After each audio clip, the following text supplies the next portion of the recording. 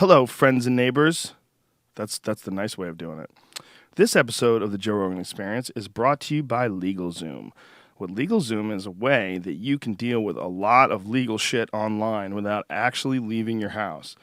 Instead of going to a lawyer's office, making an appointment, and paying them a bunch of money, you can be drunk and naked and still do legal things.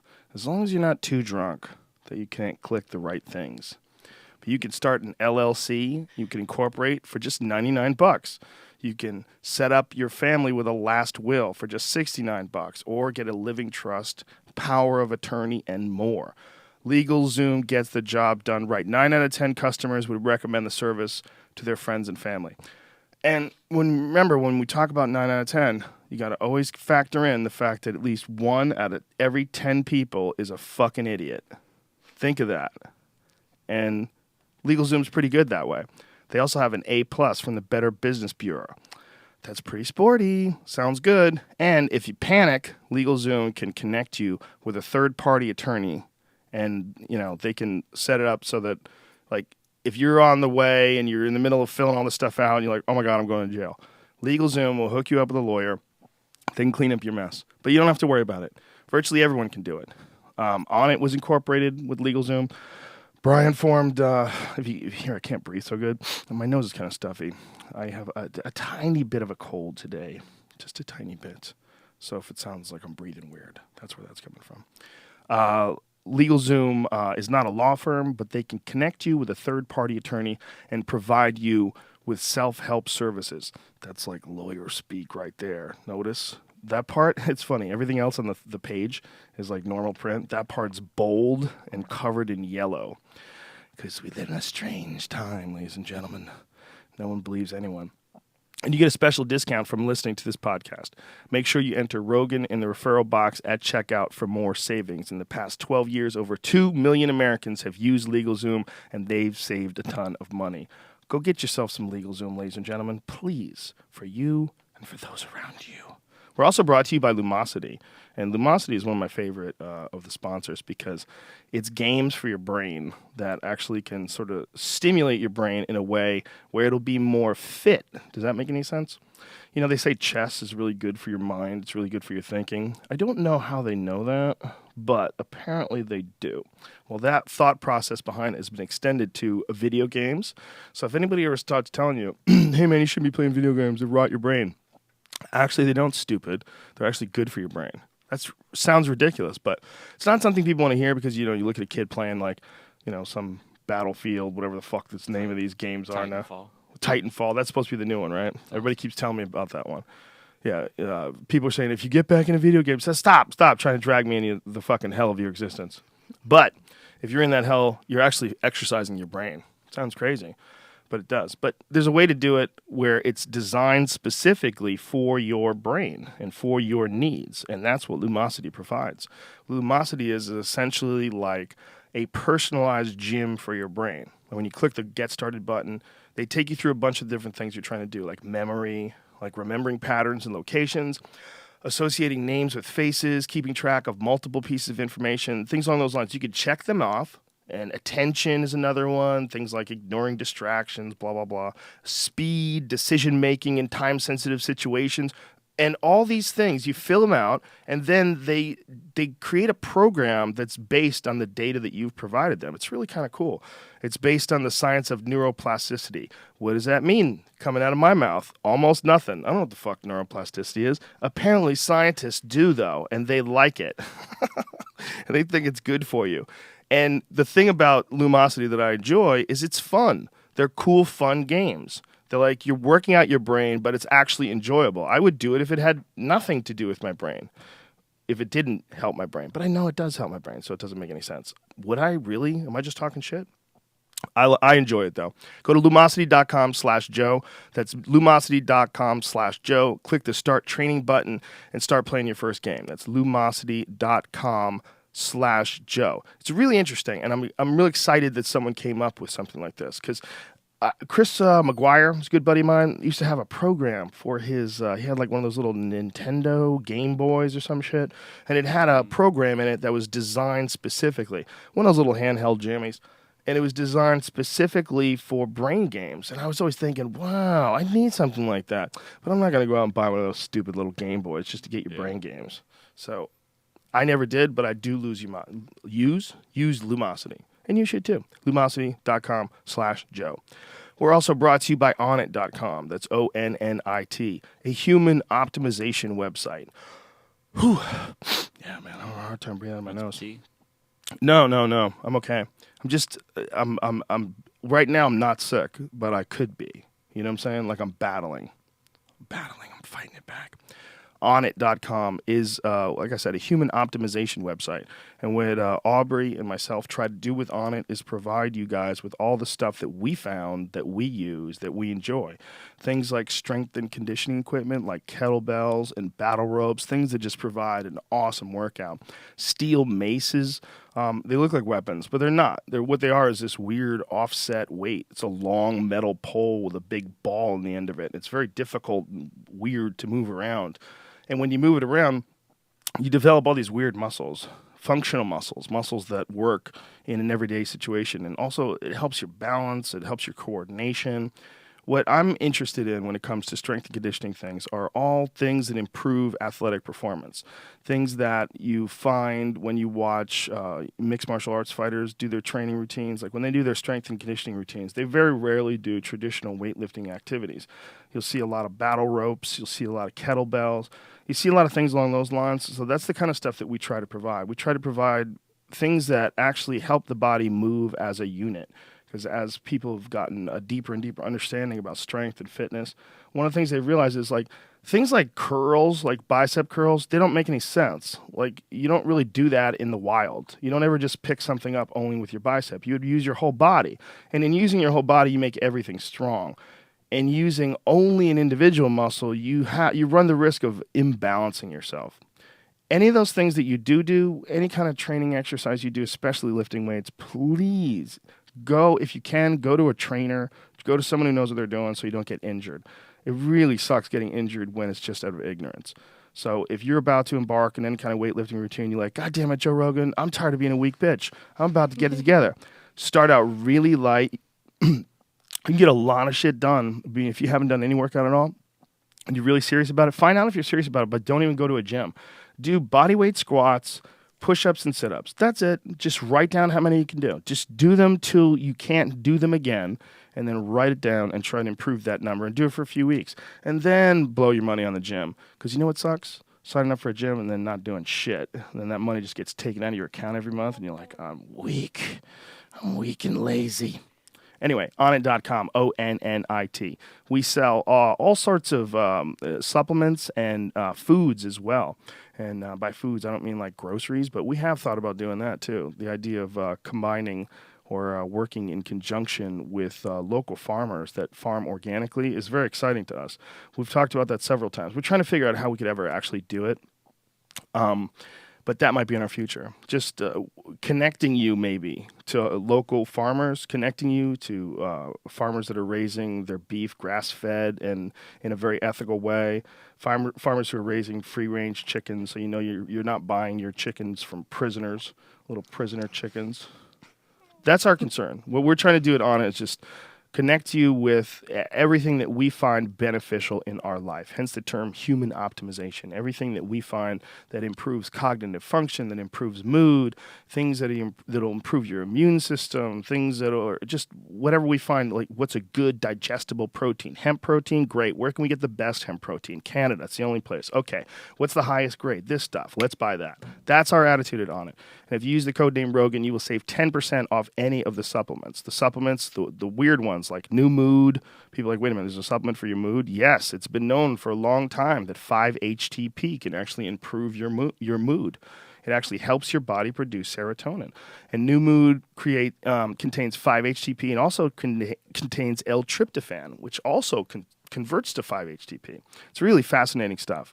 And I might be wrong about those things that I just said. How about that? I mean, I don't really know. The fuck do I know? I know what I've read, though, and I know what happens when I take it. If you're concerned and you're like, what if this is bullshit? Here's the deal at Onnit. You have a first 30 pills. You have a 90-day money-back guarantee, 100%. You don't even have to return the pills. Just say this didn't work, and you get your money back. The last thing anybody wants you to feel is like this is a bad deal. This is a bad situation. Try it once. You don't like it, get your money back. Who cares? But if you do like it, we will promise you that we will sell you the best quality ingredients that we can find. And being able to do it and distribute it from one place like Onnit does allows us to put together combinations that you're just not going to see the kind of dosages and purity that you're going to get from Onnit products and a lot of other ones, because it's just not cost effective. So we have an advantage in that we just sell it online like that. So if you're interested, check it out. Use the code word Rogan and you will save 10% off any and all supplements. Okay. Amber Lyon is here. Cue the music. Joe Rogan Podcast, check it out. The Joe Rogan Experience. Train by day, Joe Rogan Podcast by night, all day. Hey, Amber Lyon. Last time we spoke on a podcast was 2 months before the world was supposed to get an end. It was that big December 21st, 2012 scare that everybody was so terrified about. We had people telling us for sure some change was going to happen. I had Daniel Pinchbeck on the podcast. He told me for sure. I go, for sure something's going to happen December 21st, 2012. It was absolutely without a doubt. All markers point to that. Okay. And here we are. And We're here we still are. alive. Nothing's changed. Have you written him and been like, no, I don't want to be mean. Me. I like that guy. I don't want to be mean. It's just, it's silly. It's silly to think that you're going to be the first guy ever to figure out what's going to happen. You see it coming. Nobody else does. You see it coming. It's super easy if you're like a Ray Kurzweil guy and you're super scientific and very technologically in tune and you know what the latest technologies are. So if Ray Kurzweil makes a prediction about the future, you got to take it into consideration. He's predicted a lot of things. He predicted the internet search engine. I believe he had something to do with speech to text. He had a part in creating that. So that guy, I believe. But when you're a hippie writer like Daniel Pinchbeck and you're telling me it's going to be the end of the world, I love your work, man. Don't get me wrong. I love that guy. But I'm going to take it with a grain and of salt. I should be really fair here because he did not say it was going to be the end of the world. He did not at all. He thought that there was going to be some sort of a paradigm shift. And by the way, he might be right. I'm all just talking shit here because, like, who knows? I mean, maybe a shift did take place. We're just not quite aware of it yet. Maybe it'll be looked at in history, like the French Renaissance. Like, when did the Inquisition end exactly? Did they feel it by the day? When did World War II, when it finally did end, when it was D-Day, when did the dust settle? When did everybody realize what an incredible, insane, impactful moment they had just lived through? It probably takes a few years, So maybe something happened internet-wise in December 21st, 2012. We're just not aware. Maybe that was when the NSA really kicked it up a notch. Who knows? I mean, maybe it was something. It's just, it seems like no one ever really predicts the future. Of course not. And I believe that 2012 was symbolic for an evolution of consciousness that we're going through, that we're finally starting to end this madness as a species and evolve to a more conscious species that's more aware. I just know, even since the last time I did your podcast, Joe, just how much awakening has happened across the country. I remember when I told you on the podcast about how I suspected that potentially my phone had been tapped or that the government was looking through my phone. Well, at the time, people around me thought I was crazy and paranoid, but now we have the NSA revelations that, wait a minute, this really is happening. There's a reason why your phone keeps shutting back on, and you may be in some foreign country, but your geo-tracker is working perfectly even though you don't have cell service, which happens to me a lot. It freaks me out. But above all, I think that we are shifting and people are awakening at this point. I think you're right, and I think Daniel Pinchbeck's right, and I owe him an apology. I just was too ignorant to see the shift. Yeah. No, I think there's most certainly something's going on, and I think a lot of it is that younger kids today, they have not been inundated with the same sort of propaganda that we grew up with, and they're getting the internet, from day one. And the exchange of information, the way it's done today, is not just more accurate than ever before. Like You know, like someone tells you something stupid and you go, what? Let me Google that. And everyone Googles it, and then that ends nonsense. It ends a lot of nonsense conversations between friends that would have gone on for days and days and days when I was a kid. When I was a kid, you had to go and get a fucking encyclopedia if you wanted to figure out whether someone was full of shit. And you had to go through the encyclopedia, and then you had to memorize it and quote it. You couldn't just pull your phone up and stick it in their face and go, shut up, dummy. You don't I know what remember you're that. I talking had about. those Encyclopedia Britannicas. We'd get like 12 episodes, A through Z, and just have to pour through those. They Yeah, would go can you door to imagine? door. Remember they would go door to door and try to sell them to you? Yeah, we were the ones that bought them. I grew up in the middle of the country. We were suckers for all the door-to-door solicitors. Door-to-door solicitors are so weird. A charismatic person who's really good at being slick and bullshitting you knocks on your door and sells you some shit and tries to convince you to buy some shit. Like you're not even in the store. They're sending these creepers all around the country, just knocking on people's doors and being slick. Selling you vacuums and shit. Or trying to save your soul. Those are the best. Those are, selling you their cult. Yeah, when you're sitting in the living room, just relaxing, and then someone knocks on the door telling you everything about your life is wrong and you need instant savings. That only happened once in my whole life, and it was when I was a little kid. And I remember, I think my grandfather was home. I think my grandfather was babysitting me and my sister, and someone came to the door.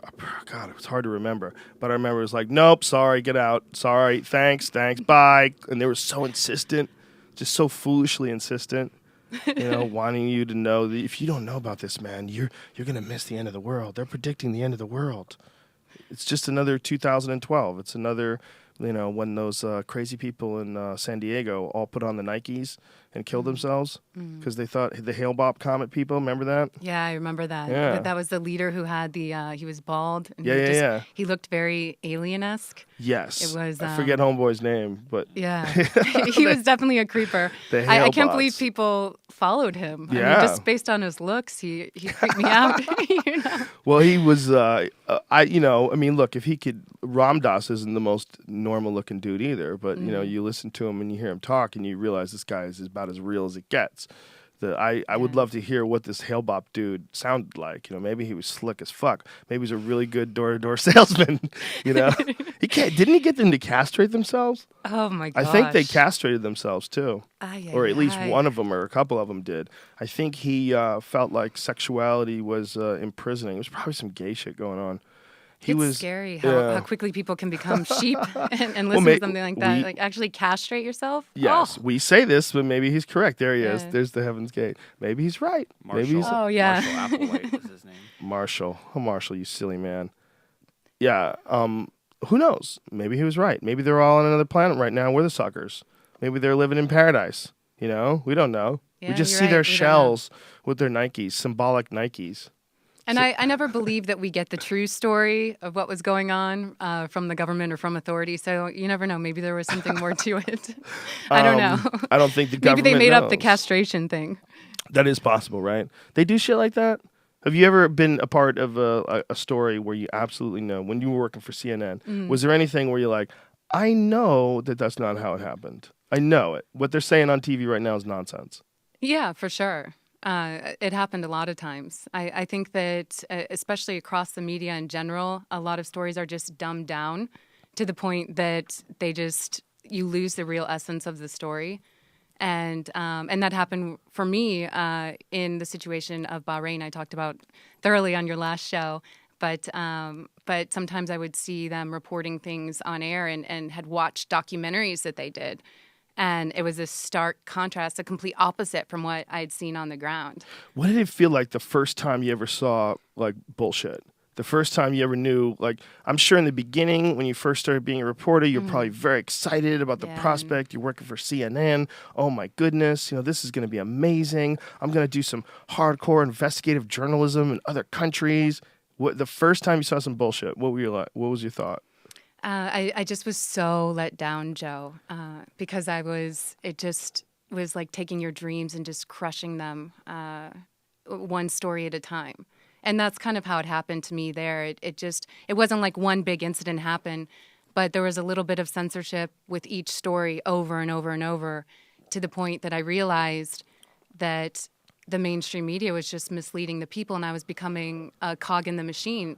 And so I'd gotten into journalism to help people and try to change this world. But instead, I was actually helping give the station credibility and helping spread what I believe to be lies. And that's just a devastating moment. And it caused me a lot of stress over the years, for sure. I'm sure. Is it a situation where the news just becomes any other business, any other organism, any other thing that wants to grow and stay alive? And the only way to do that is to touch as many bases as you can, spread out as far as you can, and collect as much money as you can. And somewhere along the line, you have to make some deals. Exactly. And I think you hit the nail on the head, Joe. And I think what's going on is that a lot of these news outlets are, like you said, corporations. And their main goal is to make money. And that's what was happening in the case of CNN. They were taking money from different governments, pro-U.S. governments worldwide in exchange for producing these documentaries that made the governments look good. It was propaganda. And bottom line was to make money. Also, I think there's other forces at play trying to kind of keep a pro-U.S. Agenda at many of these outlets as well. Wow. So you leave that, you write your book, which is excellent. We have a copy. Wait, it's back there. We had so many books on the desk. We had to actually clean them up. You're inundated with literature. But Molly Crabapple did the cover, right? Didn't she have something to do with it? Yeah, she did some art inside art the for book. it? Yeah, Molly is such a talented, amazing artist. It was really an honor to be able to have her work. Yeah, we had her on the podcast. She was really cool too. She's free, like she's just, when she talks, like she's not hindered by, she's just free. She is who she is. And she's really talented, really interesting art too. Very, she's one of those artists where you see like one of her pieces and you almost immediately recognize it's her because she's got that very unusual, distinct style. Those faces that she draws, she has this very unusual and like compelling style. And I like that she adds politics into her art. She's not scared to take that jump. So much art has been, music, movies, everything has just been dumbed down in order to please these corporations. And Molly is really joining, several artists and sticking her neck out there and willing to criticize people through her art and criticize the system. Yeah, and sort of expose things that she doesn't like. Yeah, it's cool. It's cool that so you write this book, you put the book out, and you did our podcast. And during the podcast, we had a conversation about psychedelics. Yes. And I've had a lot of conversations with people about psychedelics. It's a question that people ask all the time, and I'm really fortunate to know a bunch of people know the actual answers to those questions. So you and I have this conversation, and you say, okay, let me find out what the fuss is all about, and you get on a fucking raft and go down to the jungle. You dove head in. I've literally been tripping around the world for the past year. That's so crazy. So before the podcast, nothing. Nothing. The worst I had done, which not even worse because it's medicinal as we know, but it was like smoked a joint of marijuana in college. Because I grew up in the Midwest, Joe, and we were fed, talk about propaganda. We were fed propaganda from day one about just say no to drugs. And I even remember my grandmother taped this episode of Oprah where this scientist was on talking about how MDMA eats holes in your brain. It's later been debunked, and that was proven that the diagrams the scientists showed were just showing cerebral blood flow through the brain, and the MDMA isn't actually harmful. But, that's the kind of propaganda we were fed constantly. And I remember my grandma would tape all these shows on 2020 and all these new shows and bring them over to the house and force me to sit down and watch all this anti-drug propaganda. So I associated all drugs as being evil and just bad for you and naughty. Yeah, it's funny the way you describe that. That's the way to describe it. The worst I ever did was smoke a joint. Like it's the knee-jerk way of approaching it. The worst I ever did. So now I have to just completely retrain my thought system because I've had 30 years of this propaganda. And I've realized, Joe, that we are horribly mistaken in a lot of situations in this country when it comes to labeling things, medicines versus drugs, and a lot of substances and natural plants that natives have used as medicines for thousands of years, extremely effective medicines, are being called drugs and being labeled as Schedule I substances, and it's just really unfortunate. It's unfortunate, and in a lot of ways, the people that have never experienced these things, it's impossible to understand without trying it. And I don't blame you for being incredulous. I don't blame you for being skeptical, and you should be. People who are skeptical are really important because it puts out the debate. And whether they're correct or whether they're incorrect, it's always good having a bunch of smart minds looking at it from different directions, trying to dissect it. And a big part of our dissecting when it comes to our culture is our law system, our legal system. What's legal and what's not? What should you be allowed to do? What should you not be allowed to do? And we have to figure out what it is we're going to allow to influence that legal system. Because if it's corporations and the people that are trying to protect profit, man, you're going in a weird fucking direction, because guess what? There's profit in that other stuff too. You dummies just haven't tapped into the psychedelic profit. There's profit in what's going on in Colorado right now, is they're starting to realize, oh shit, there's profit in this. Duh, people love it. You just think that the only way to get money is by selling fucking pills that you make. What you're doing is being a hater, and you're trying to hoard the market. You're trying to control all the drugs. And there's some good drugs out there that are pharmaceutical drugs. There's fantastic medications that have helped people with all sorts of ailments. But that doesn't mean that you, with your fantastic drugs that aid all these people, should be able to stop natural things. Like, that's crazy. And that's where, as a culture, we got to put the brakes. It's not saying that pharmaceutical companies are bad, because they're not. They're great. Pharmaceutical companies have provided people with medications that have vastly improved their lives, like Viagra. There's a lot of people out there that just wouldn't have had sex 20, 30 years ago. It was over.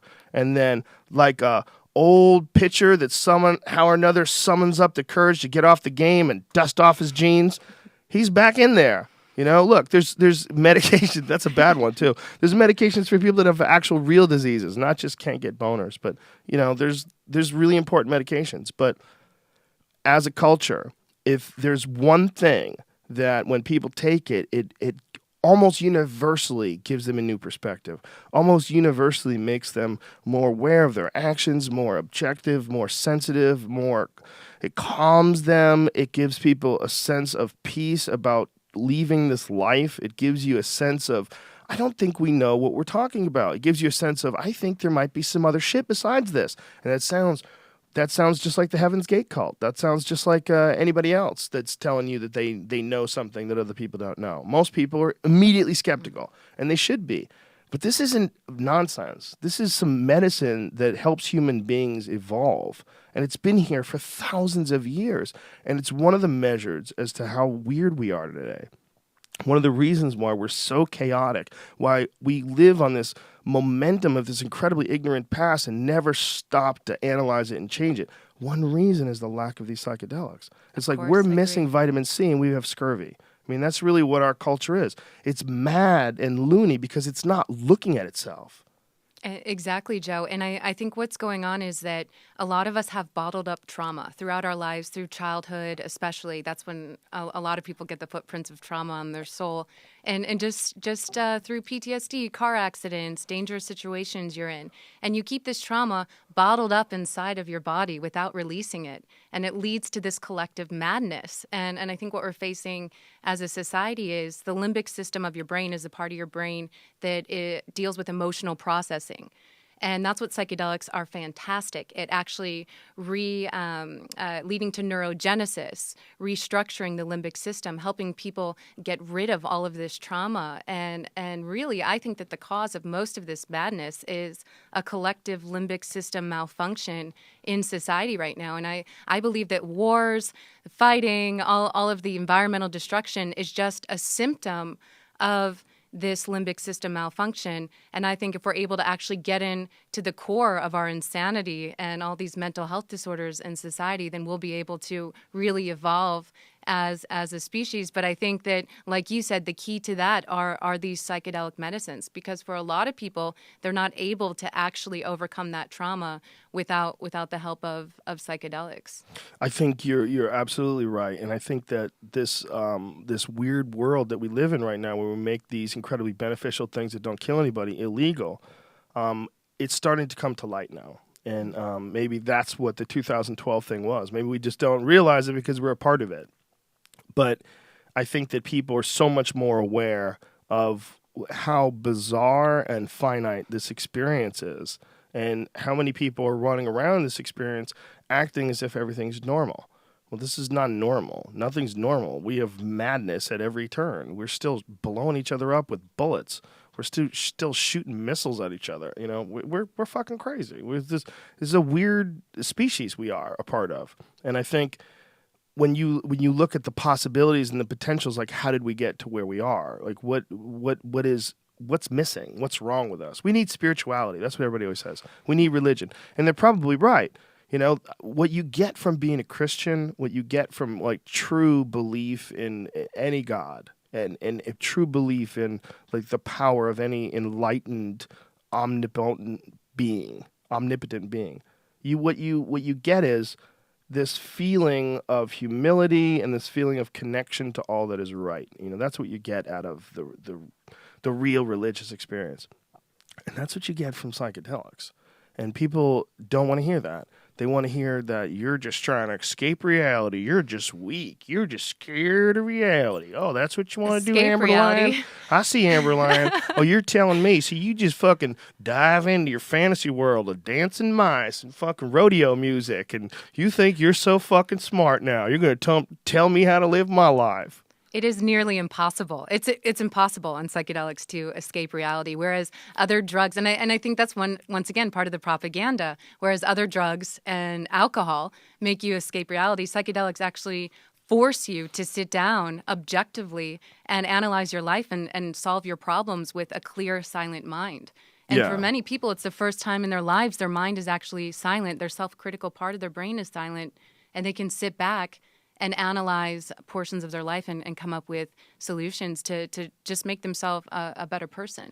Yeah, that sounds ridiculous, doesn't it? Yeah. Well, I think what's more ridiculous, Joe, is that something that grows on cow poop all over the world and forests all over the world is illegal. And something that is manufactured by our own bodies, DMT, is also illegal. So you're saying that my pineal gland should be locked up in a cage, huh? Yeah. You know? It's hilarious. Your brain is a drug factory, a legal drug factory. It's literally like making saliva illegal if saliva was psychoactive. It's so stupid. Terrence McKenna had a great joke about that. He was talking about DMT being processed by the body. So essentially he said, everyone's holding. Like you're all, they can arrest you. They can arrest you for the components of your own being. Wait a minute, what? If they could somehow or another extract your blood and you had like a vial of your blood, you're allowed to walk around with that, right? I don't think anybody can stop you for that. Angelina Jolie. Yeah, her and Billy Bob, right? Didn't they cut each other? Fucking crazy assholes.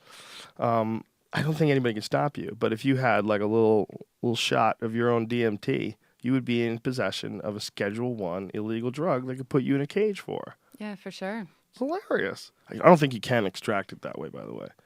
And I can't thank you enough, Joe, for really sticking your neck out there and really, I know you faced a lot of criticism for your support of psychedelics. Not really. No, it's been pretty easy. I'm going to be honest with you. Okay. I'm sitting here giving this like heartfelt speech. No, you don't have to. No, but I just Nobody appreciate takes me seriously. It's a great way to. It's a great position to be in. But I did take you seriously that day in the podcast when you told me mushrooms could change the world, and it really planted a seed in my head, which sprouted this journey that I've been doing around the world investigating these medicines, and that never would have happened. My life wouldn't be in such the amazing state I feel like it is in now if it hadn't been for you having the gumption to talk about this and start this dialogue as our country, because psychedelics have been so taboo, especially in the mainstream, and I think you're really helping to shift that consciousness nationwide. I honestly don't think I am. I think I'm just a part of the whole thing itself. I mean, it's very nice to try to give me, so I don't deserve any credit, nor do I want any. I'm shocked that more people don't know about the experiences, and I feel a duty because I've been there. It's just like if you and your friends were starving to death and you found some food in the desert and you're like, guys, come here. I found the food. Would you want all this credit for finding that food? No, you'd want your friends to have the food. That's how I feel. I feel like, what we're all experiencing right now is what moment? Mm-hmm. The whole culture is going, wait, what? Wait. The NSA is listening to my fucking emails. They're listening to my voicemails. They're reading my emails. I don't do anything wrong, man. Come on, I'm a fucking insurance salesman. And then people go, wait, what? Marijuana makes how much in fucking taxes for Colorado? They make how much for, we're running out of fucking money for schools, and we could pay for that with weed. And people are going to smoke the same amount of weed anyway, statistically proven. What the fuck is going on? When you look at, wait, what? We're going to go into Syria? Wait, whoa. What the fuck are we doing? This wait, what moment is we're all a part of this wait, what moment. You're a big part of this wait, what moment. Yes. You're a big part of it by sticking your neck out about Bahrain and about CNN and about, working for a corporation and being honest about it. You stuck your neck out about it. We're all forced into this reality. We didn't ask to be here. We weren't, hey, could you give birth to me so I can grow up in the 21st century? And no, this is what you get. Nobody asked you. This is what you get. And I think all of us realize that was the same for our parents. It was the same for our grandparents. It was the same for everybody. And nobody hit the brakes. Nobody had the wait what moment where they went, wait, what the fuck are we doing? Mm-hmm. Everybody just kept going and then had heart attacks and died and taught a bunch of nonsense to their kids. And they went and they had heart attacks and died, teaching a bunch of nonsense to their kids. And then the internet came along. And that's the wait what moment. And the wait what moment, the real tipping point is people like you, people like me, people like anybody that's a part of the wait what moment. Mm-hmm. That might be my new T-shirt, the wait what moment. and we have to be. I mean, you Peter feel... Schiff and me. Peter Schiff's great. Yeah, we had him on the podcast. He's fucking crazy. Yeah. He doesn't... He's very supercharged. Oh, yeah. But, man, he's passionate about what he's doing. He's part of the moment for sure because in some ways, he's part of the problem. Yeah. I like the guy a lot, but I agree with him on a lot of what he says. But what I don't agree with him about is environmental concerns. Mm. He doesn't have very many environmental concerns. He's as long as people are making money, he's fine with it. Yeah, that's unfortunate. Well, it feels like it's just a few small spots, and don't worry about it. So a couple spots get fucked up. We're gonna self-regulation. Yeah, yeah. We've seen. Can you say BP oil spill? Like that's what happens. Well, it's interesting. I like I said, I really like the guy, and I like a lot of his thoughts, but. He believed in some things that I agree with, like no banks are too big to fail, and they should have let the banks fail, and that at the end of all that, obviously I'm no economist by any stretch of the imagination, but I agree with his reasoning that any system that doesn't work should be allowed to fail, and there's nothing that's too big to fail. But then when we started talking about BP, it's like, I think personally, like he was talking about if BP went under, like what that would do to everybody, and I said, well, I think what they did is way worse than a company going under. Mm-hmm. What they did was they ruined a part of the ocean, a really big part, for a long time. And it might still be ruined. It might be ruined forever. Who knows what kind of devastating effect it had on the marine life, dolphin life. Like if you had to put all the death that was caused, all the destruction that was caused, all the people that are getting sick trying to clean that place up, if you had to really put a number on it, of course they shouldn't be around anymore. But his argument was that BP was too big to fail. And I found that fascinating. And it was so disgusting, Joe. I was down there covering it for a month in New Orleans for CNN, and I'm a huge fan of the ocean. I'm an avid scuba diver, and just witnessing the oil-soaked pelicans diving down into the oil, actually having the water be your enemy. We were on the boat, and it was like 90 degrees outside. And when the water would splash up on us, instead of it being refreshing, I had to wipe it off my body like it was a poison. And it was so horrific that month of covering that. I've even had to, through my psychedelic experiences, I've even processed some of those implicit memories, these horrific memories of that spill that were stuck in the back of my subconscious. Yeah, and people could say, "Oh, she's being melodramatic. I'll Peter Schiff you." So really, you poor baby. Did you have a hard time because of the dirty water? The dirty water made you cry. The dirty water fucked with your brain. But it's got to be a weird moment as a reporter, being one of the first few people that's allowed to sort of go out there in boats and experience it and report on it. That you got a pretty big responsibility. You're getting to see some shit that most people are not going to go to it. Most people in this country that are experiencing it through you or through someone like you that's there reporting on it. That had to be pretty intense. That and also seeing the destruction man can cause on this earth firsthand was just really gives you that kind of feeling, because when you look out and as far as you can see, you just see oil and crap and this beautiful ocean just ruined like that. Mm-hmm. I mean, it just took a matter of days. you just really realize, wow, we really do have the capability to completely destroy this planet. And it gives you, especially journalistically, an extra sense to make sure to cover more environmental issues and investigate these corporations, because when left to their own devices, you see what happens. Yeah, you can't allow something that lives off profit to not have oversight. You just can't. You can't. It'll probably kill the oversight guy. They probably figure out a way. I mean, that's what happens. Yeah. It happens in a lot of environments where there's a lot of money involved. Things get real fucking squirrely. People just disappear. You Yeah. know? Whatever Johnny saw, well, we'll just get rid of Johnny. Oh, yeah. I mean, who knows how many people have disappeared Suicided. over the year Yeah. through the reasons. I mean, there's probably, well, I don't know. There's I don't know if there's a running number, because probably a few of them that they got away with. I mean, if they're doing it for this long, getting rid of people to get in the way of profit, of course people have done that. Yeah. If people are willing to, that's the weird thing that people don't want to, a lot of folks, the no-nonsense type folks, that I categorize certain types of skeptics, and there's some no-nonsense skeptics that they don't even realize that they're sort of almost in a religion, and their religion is debunking everything. Their religion is calling bullshit. They love calling bullshit.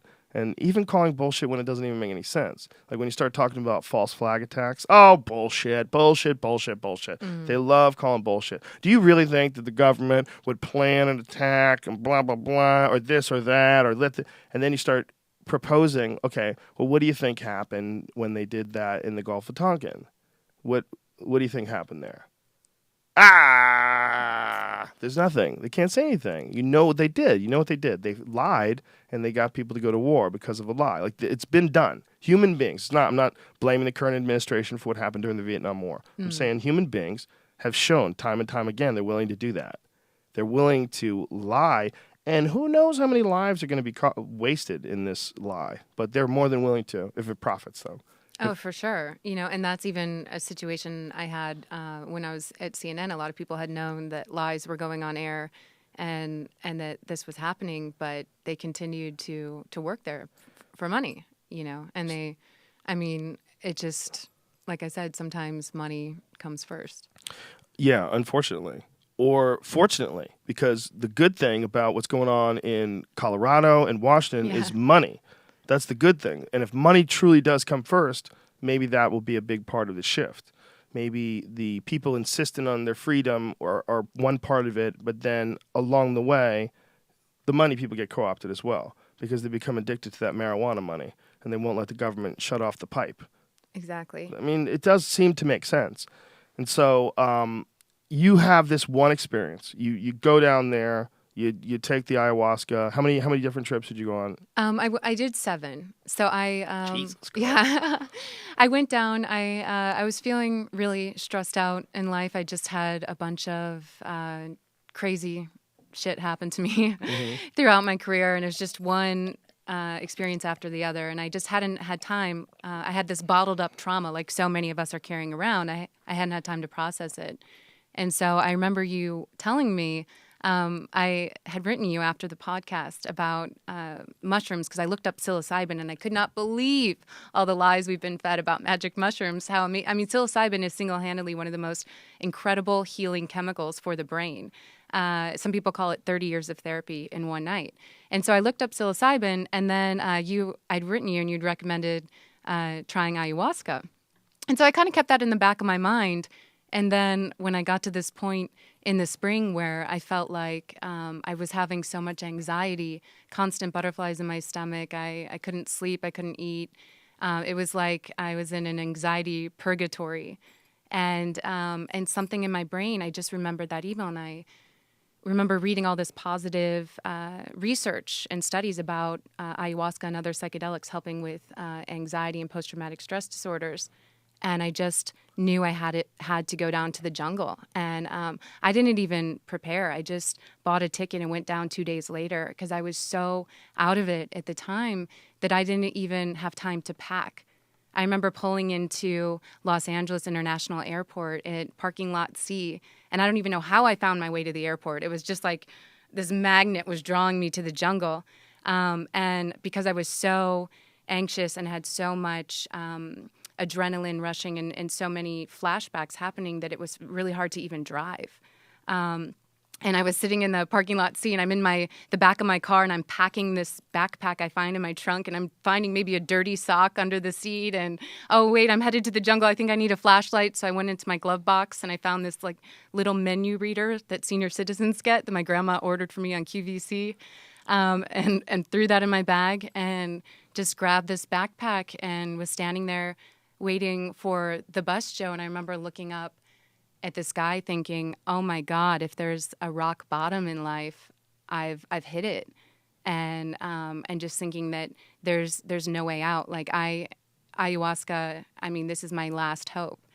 And so I get on the plane and I'm heading down there and just, looking over the jungle. I was by myself. I didn't know where the hell I was going. I just found this center online really quickly. And I'm sitting there drinking a glass of wine, looking out at just this vast array of Amazon jungle. I'm completely unprepared. I don't know what the hell I'm doing. I don't even know what ayahuasca is. I didn't read up on it beforehand. I just felt a calling. It was weird. A lot of people tell me this. You feel a calling to do it. It's like the medicine telling you it can heal you. And then we landed, and I remember I had my sunglasses on still because I was just a mess. And I remember seeing this guy sitting behind me, and he kept looking through the airplane seats at me. And I was like, what is this creep doing? Like, I must look like shit because he will not quit looking at me. And right when we get up, he comes up, he's like, are you Amber Lyon? And I was like, fuck.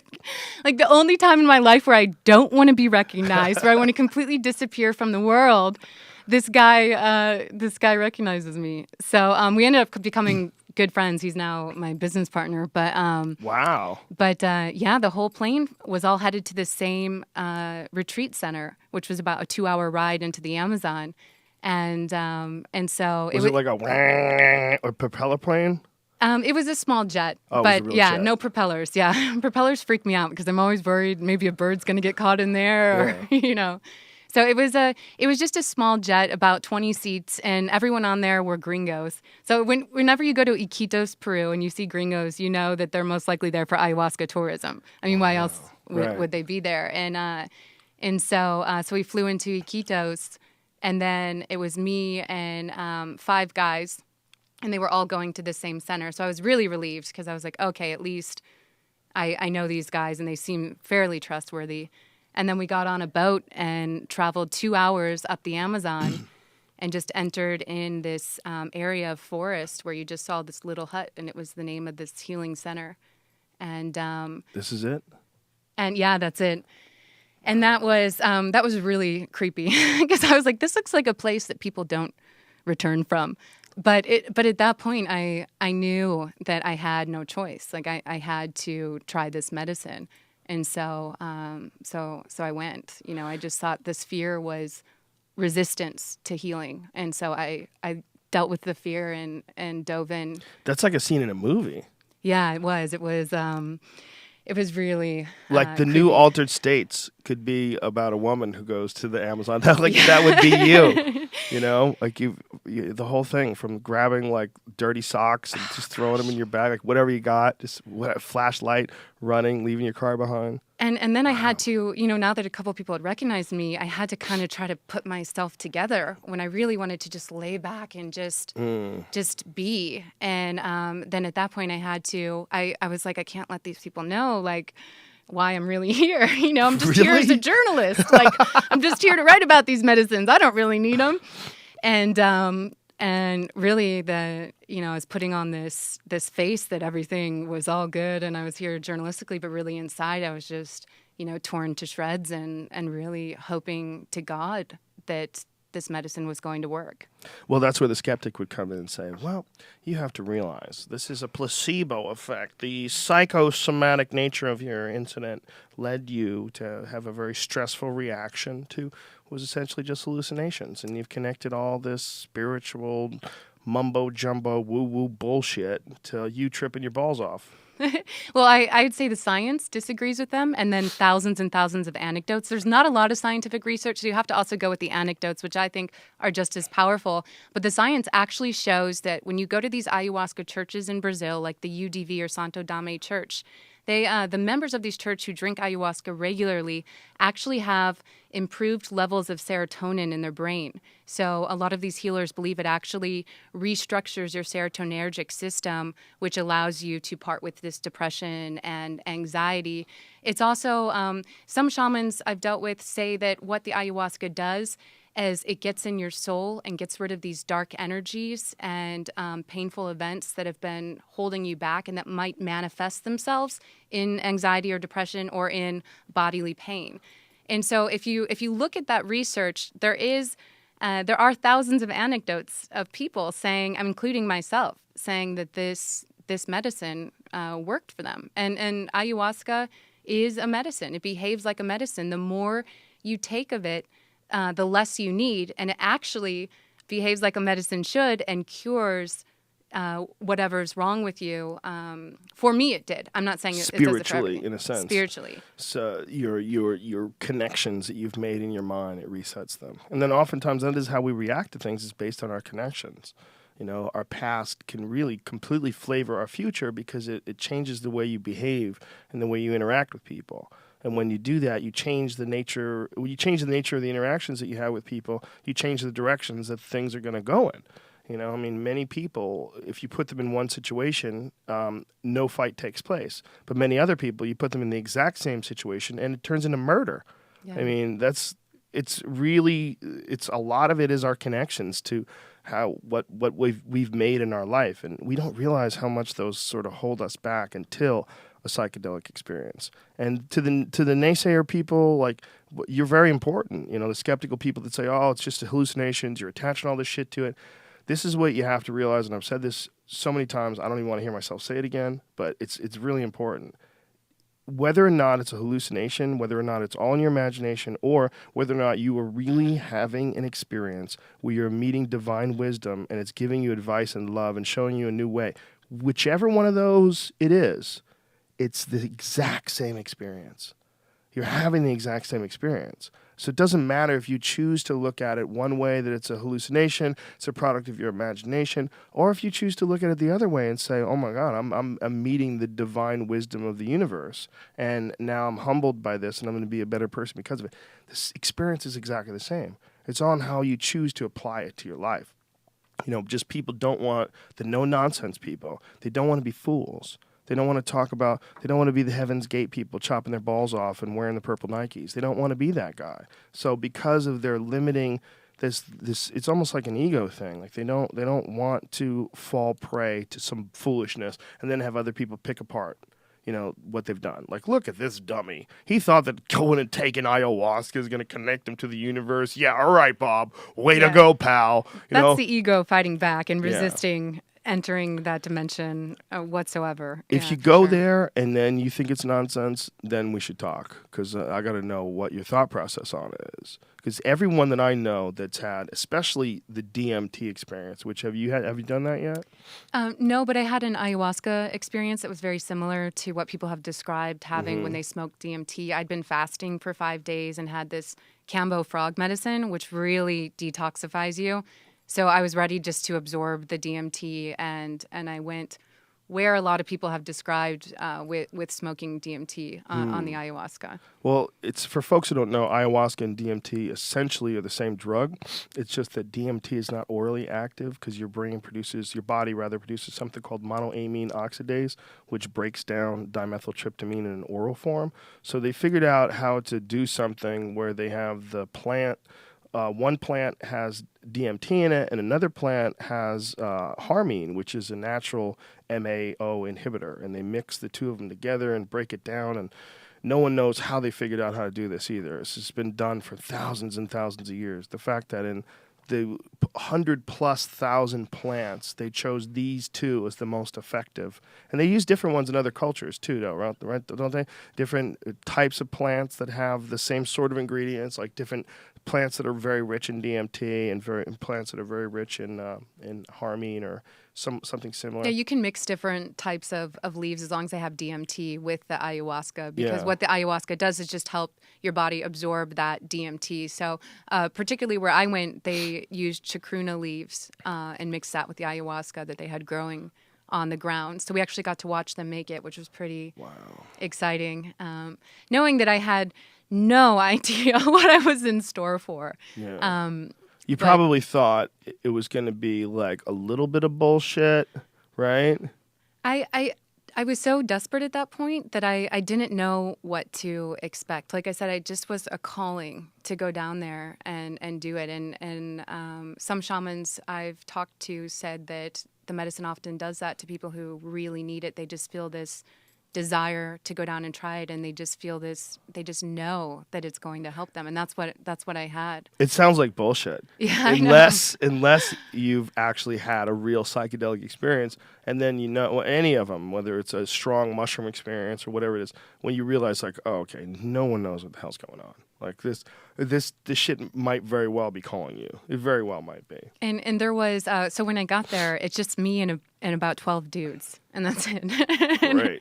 Yeah. So once again, I wouldn't recommend for females. I recommend you always go down with a friend. Don't follow my example. This is a very responsible Amber Lyon. Giving a disclaimer. I just don't have a high level of fear, so I was able to go down by myself. Did you carry a weapon? Did you have a prison shank? No. Nothing? No, Taser? no weapon, no taser. No Could mace? you imagine? No mace? The shaman comes up and starts like blowing agua florida on you, and you just Get away, creep.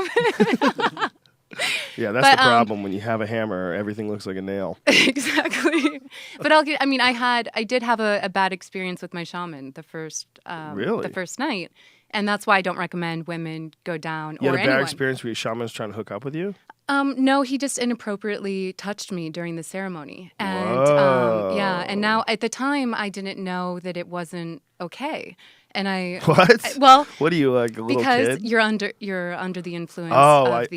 of the ayahuasca. Oh, so you were in the middle of tripping, Yeah. and he touched you? Yeah. So to tell you the whole story, so this was our first night really doing the medicine. The night before they had just given us just a little bit so we could kind of get used to the creepiness, because the whole thing is creepy. You're in this yurt in the middle of the jungle, laying on these yoga mats. You have this huge bucket next to you just to take out. Imagine that, Joe, going into that each night, and Wow. And so the whole thing is super creepy. So you have to get used to that. And then the next night we actually were able to take our full dose. And of course, there's the bed that we laid on and our buckets, because you just violently vomit. Most people do, kind of out of both ends. That's all you get for a bucket? God damn. I think I would need a bigger bucket. Oh, there I am laying right there. So I was kind of in the front of the circle, and you see there's about 12 people around this yurt-esque area. And with the bucket and the vomiting, they actually call it getting well, because you're pulling out all your toxins and all this negative, dark energy that Western medicine tends to ignore. The ayahuasca is actually getting to the bottom of the core of that. So they consider this violent vomiting and some people out the other end to be really healing. I like how you deny diarrhea. How dare you? How dare you deny diarrhea? I just don't think it's appropriate for a woman to say that. I don't know. What? That's ridiculous. Okay, That's so people were ridiculous. taking massive shits, and they were vomiting Joe. Yeah. Part of life. It's part of life. You can't deny it. Happened to you too. Relax. And that night, I was the first one all day. We'd been sitting around the table at lunch, like, how much are you going to take? The most you could take was a cup. And that was like the absolute send you to another universe amount. And we're all nervously like, okay, well, maybe we'll just take half cup, all of us together, or we'll take a fourth cup. And I went up there, and I was the first one to go up in this group, and something just told me you need to take the full cup. Wow. So I said, I'll take a cup. And I looked around. All the guys in the circle were just like, oh, shit. Because now they had to take a cup, too. They didn't want to seem like wusses. Wow. And so I drank this mixture, and it tasted like coffee mixed with cough syrup, to the point where you just gag right away. And then went and sat back on my mat. And then about 20 minutes later, it started taking effect. And it just, the noise of the crickets outside in the jungle got louder and louder and louder. I could hear people all around me just violently getting sick to the depths of their soul, like gut-wrenching, throwing up. And I just laid back and then... Where do they diarrhea? Do they use the other bucket? I have a photo of it. There's actually a bathroom. So you have to make it to the bathroom. It's funny, like the diarrhea, you There have it to make is. it to the bathroom. And that was when it was clean. I God. gotta be honest with you. Sometimes I've gone in there and the floors were brown. Like people missed, just slipped, or they didn't care. They were tripping. They're Yeah, shitting all over the 'cause place. Yeah. I would just go out into the jungle. A lot of people did, Yeah. but You don't some want to get people, eaten though. That would suck. some people they were scared too. They had to have armed guards outside and guards watching people because people would go and walk away into the jungle, and you don't want to get lost in that state. Yeah. So that was something that people were really cognizant of, and so that's why a lot of people went into the bathroom that was there. But yeah, it was really powerful, Joe. Like I just laid back and. Next thing I know, I just heard, "Here we go," and then They actually said, "Here we go." it said, "Here we go," and then bam! I saw all this sacred geometry, which is potentially the language of communication of the universe. I saw all these ones and zeros going across the screen. I heard the sound of coins just clinking, clinking, clinking. I flew through a timeline of my life. It was almost like the ayahuasca was trying to get to know who I was. And so I saw pictures of me pop up on this 3D timeline from when I was 12, 10, then when I was born, and then a photo of my parents before they conceived me. And then all of a sudden on this big cement wall, almost like the wall behind you, it spray painted the words anxiety, really, really big. And right then the medicine was telling me that it had figured out what was wrong with me. Wow. And yeah, and it was literally because I didn't know. I couldn't pinpoint it. I couldn't pinpoint because at the time my thoughts were racing so much. I couldn't really figure out what was wrong. And that's often a symptom of people who have post-traumatic stress disorder symptoms. There's just so much going on that you can't even stop to think about, okay, what could have caused this? What's happening? You just can't even stop to think. Right. And the ayahuasca clearly told me your problem is anxiety. And then right then I laid back and I felt it crawling through my veins and up into my head. And it almost felt like a fizzing in my head. And at that point it was telling me, lay back, we're going to take care of this. And I felt like there were, and this is a common vision, that there were all of these like thousands and thousands of little beings or elves on my body, and they were literally going through my cells one by one and reshaping them and perfecting them. And the medicine above all just told me to just lay back and let it work. And then I laid there for probably about an hour and then had a really powerful vision after that of this like being, this like fairy type thing coming up to me and then sucking out this dark energy. And I saw all of this energy flowing out of my body, these dark, I guess you'd call them spirits, of people who I'd interviewed over the years. And what it was telling me was that as a journalist, I'd been absorbing all of this pain and had it just stored in my body. And that was one of the things that was manifesting itself in the post-traumatic stress disorder.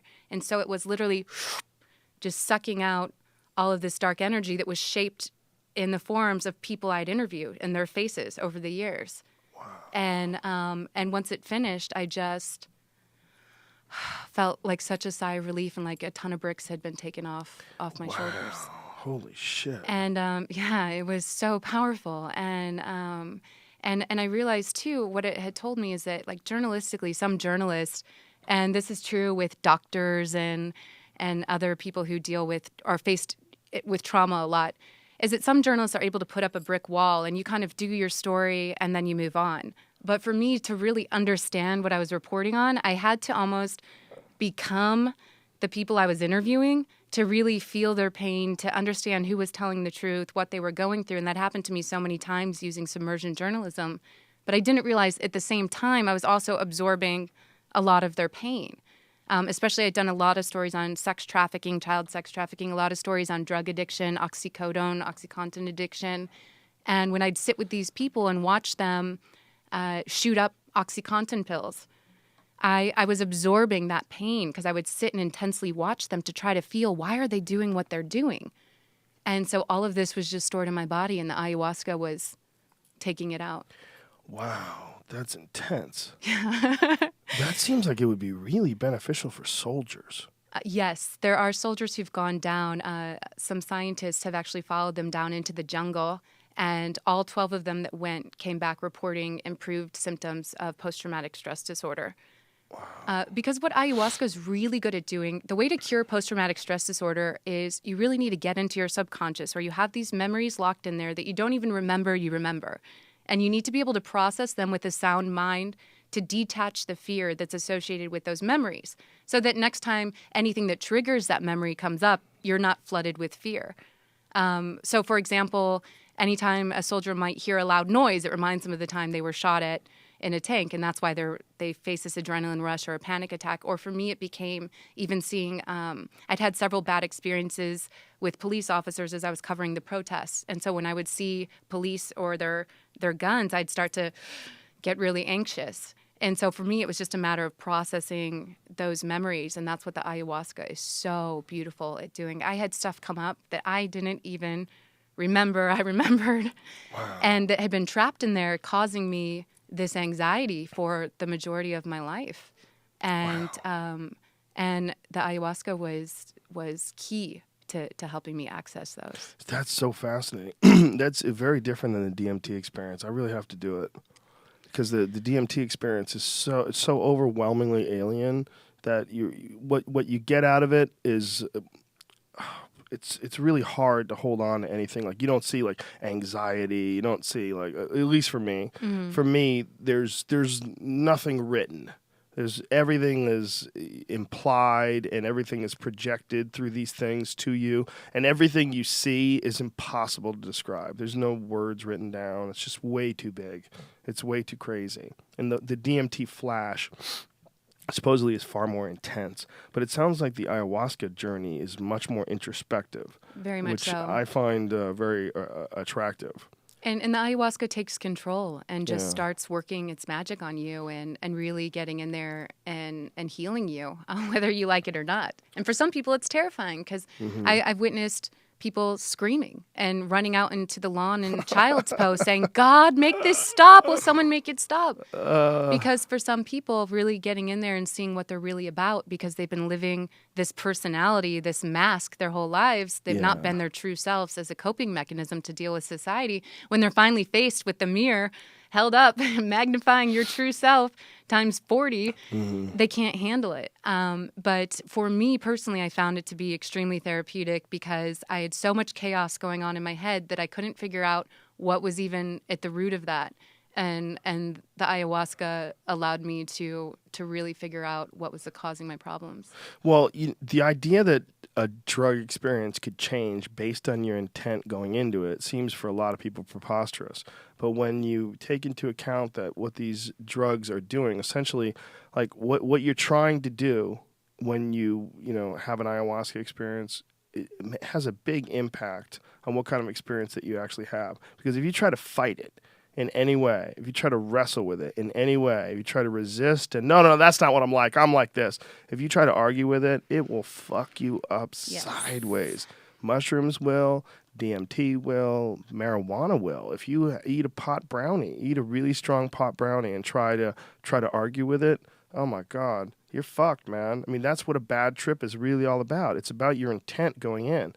So you got lucky. You went into it with the perfect intent. I mean, it knew. This crazy bitch just threw her shit into a bag, just jumped. She's got a flashlight to read with. Like, you're in the fucking jungle. You got a little bit. You didn't even get extra batteries for that flashlight, I bet. No, I didn't. I had to borrow I had to go to the guy sleeping next to me and borrow socks from him. That's hilarious. It was so embarrassing. So, sunblock. I had no mosquito spray. I was just eaten alive. I think I brought you a photo of my spider bite I woke up with one day. Wow. It was the size of a quarter when I woke up. Ooh. And then it just started growing throughout the day. Scary. It's about the size. There it is. Oh my God, that's terrifying. And I'm sitting there, I'm like, wait, you're we're eating 2 up. Look at hours. your legs. I know. Holy shit. We're 2 hours away from any Medicine. bit of medicine, and I'm Did the just and it's ayahuasca just cure watching that? it grow and grow and grow.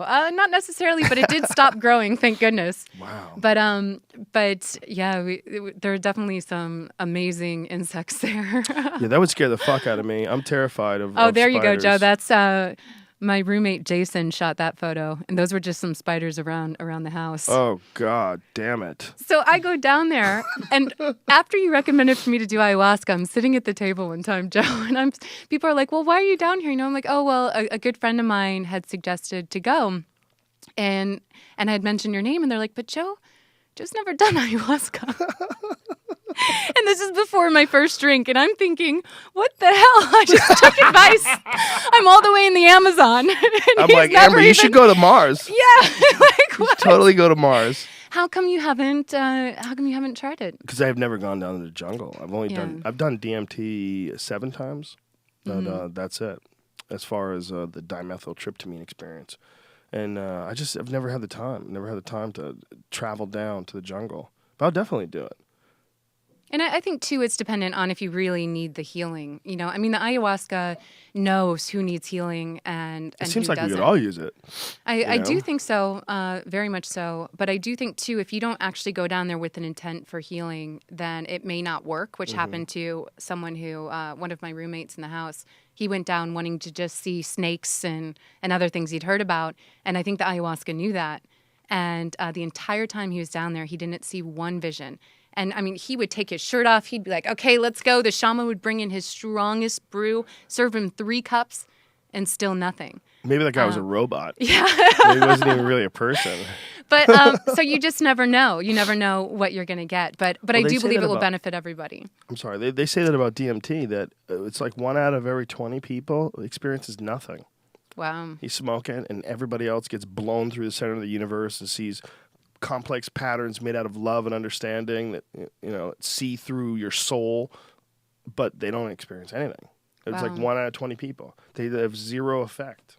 Maybe that's what happened to him. I felt so bad because he paid Maybe. for the trip down to the jungle. Sounds like a tool. The universe broed him out. The universe is like, listen, dude, stop. We're not going to give you any Get out of visions. here. I don't know Yeah. the guy. Maybe the guy was really cool. Oh yeah, That he's sucks. super amazing, but it just sucked that he didn't get to see anything. But that's kind of the medicine saying you need to have an intent. It's like it goes back to set and setting. You need to have that mindset of wanting healing and wanting to accept the medicine. Or like you said, Joe, things can go pretty wrong. I wonder if there's like a pharmacological reason or a biological reason why some people don't. Maybe they don't have they're missing some sort of expression of a gene or something like that that doesn't allow them to have the experience. Or potentially maybe the calcification of pineal glands. I don't know if that affects it, but that just has been something I've been reading about. The water tends to cause that and other things. Yeah, and- is that real though? I mean, how much real work has been done on that? The problem is you go to these websites, then you read, Bigfoot read my mind right underneath it. And you go, You're oh, like, what? okay.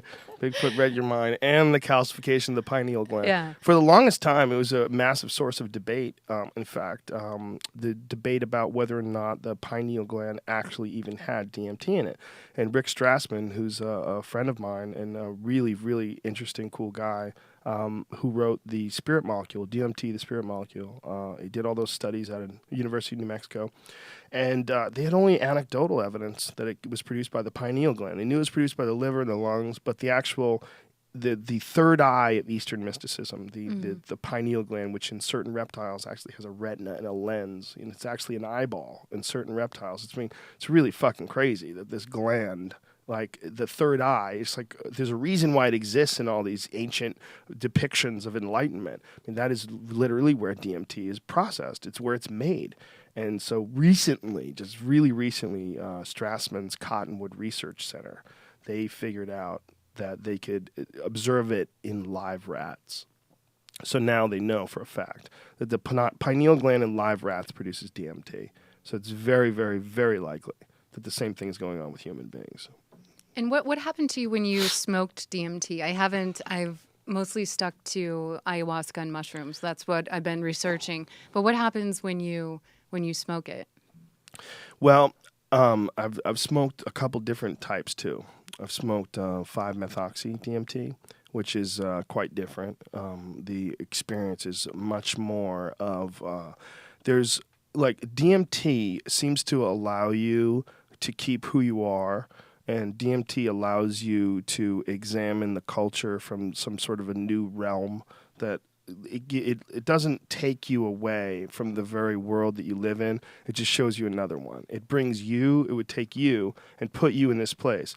It doesn't change who you are, though, which is really interesting. Like when you're drunk, it changes who you are. You know, you're more loose, you're maybe a little more rowdy, you say sillier shit, whatever it is that your particular reaction is. But your thinking is changed. Your thinking is changed when you're on, opiates. Your thinking is changed when you're on marijuana.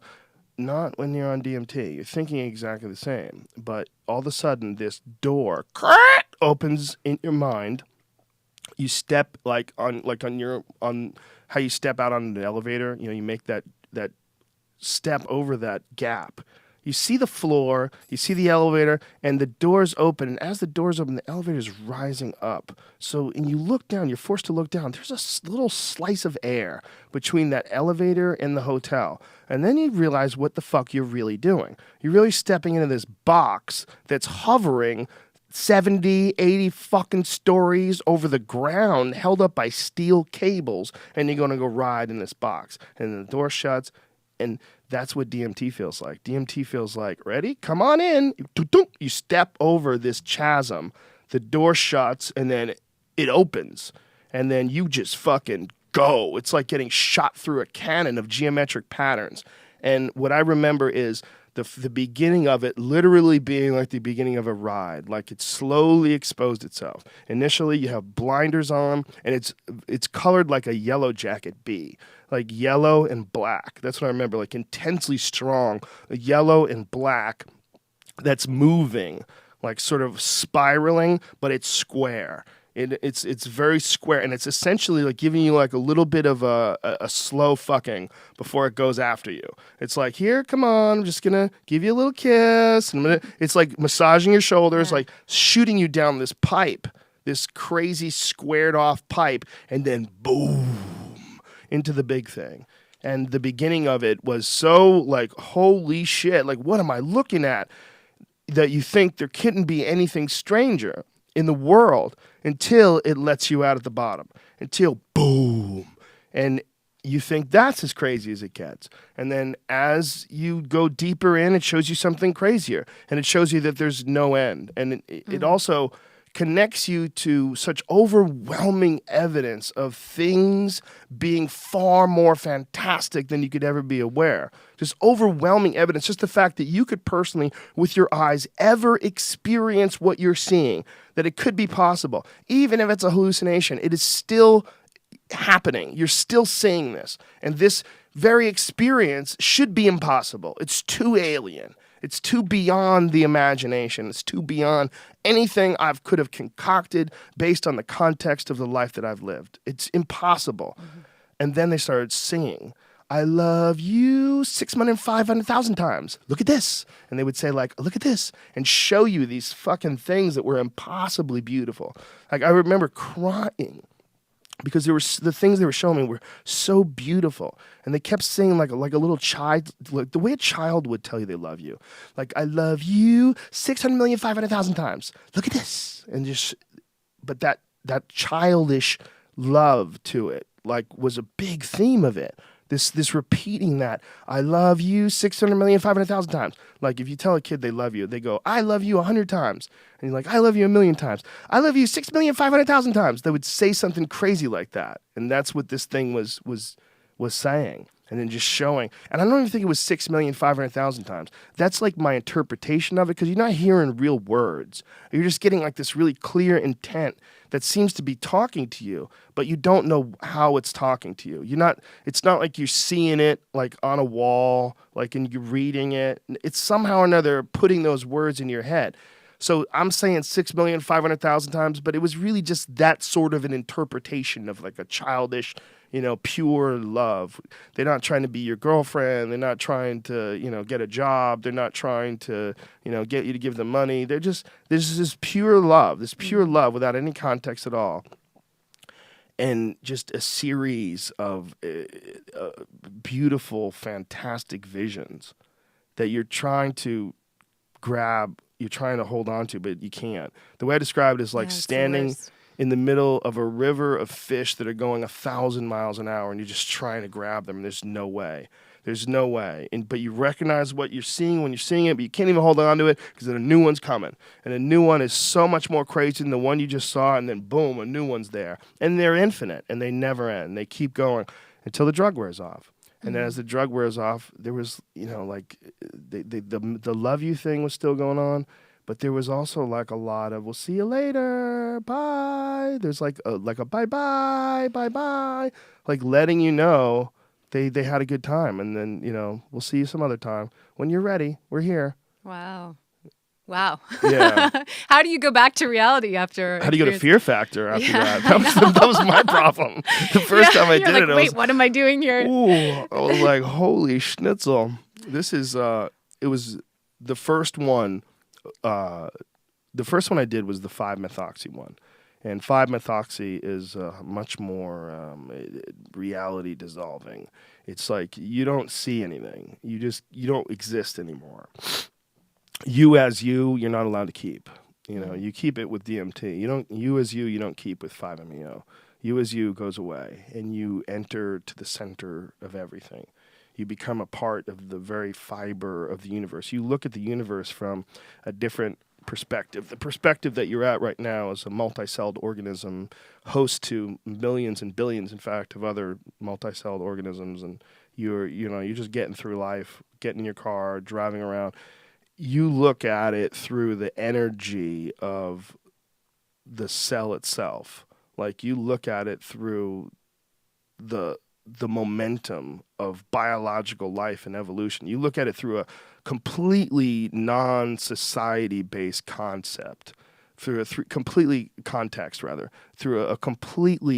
alien context. Like you're seeing the world not through the eyes of a mammal, not through the eyes of a fish, not through the eyes of life, not through the eyes of anything with biology, not through the eyes of anything that has any instincts to stay alive, through the eyes of something that realizes it's a part of everything. And that there's no bottom, there's no up, there's all. And it's all around you all the time. And the first time I really came to understand the idea of standing on something is ridiculous. Like the idea that like I'm on the ground, like we're standing here in my office. It's so ridiculous because we're not. We're spinning 1,000 miles an hour in a circle. That circle is a part of a greater system called the solar system. That system is a part of a greater system called the galaxy. The whole thing is spinning around a black hole. Like we're not there's nothing flat. It's up, it's down, it's left, it's right.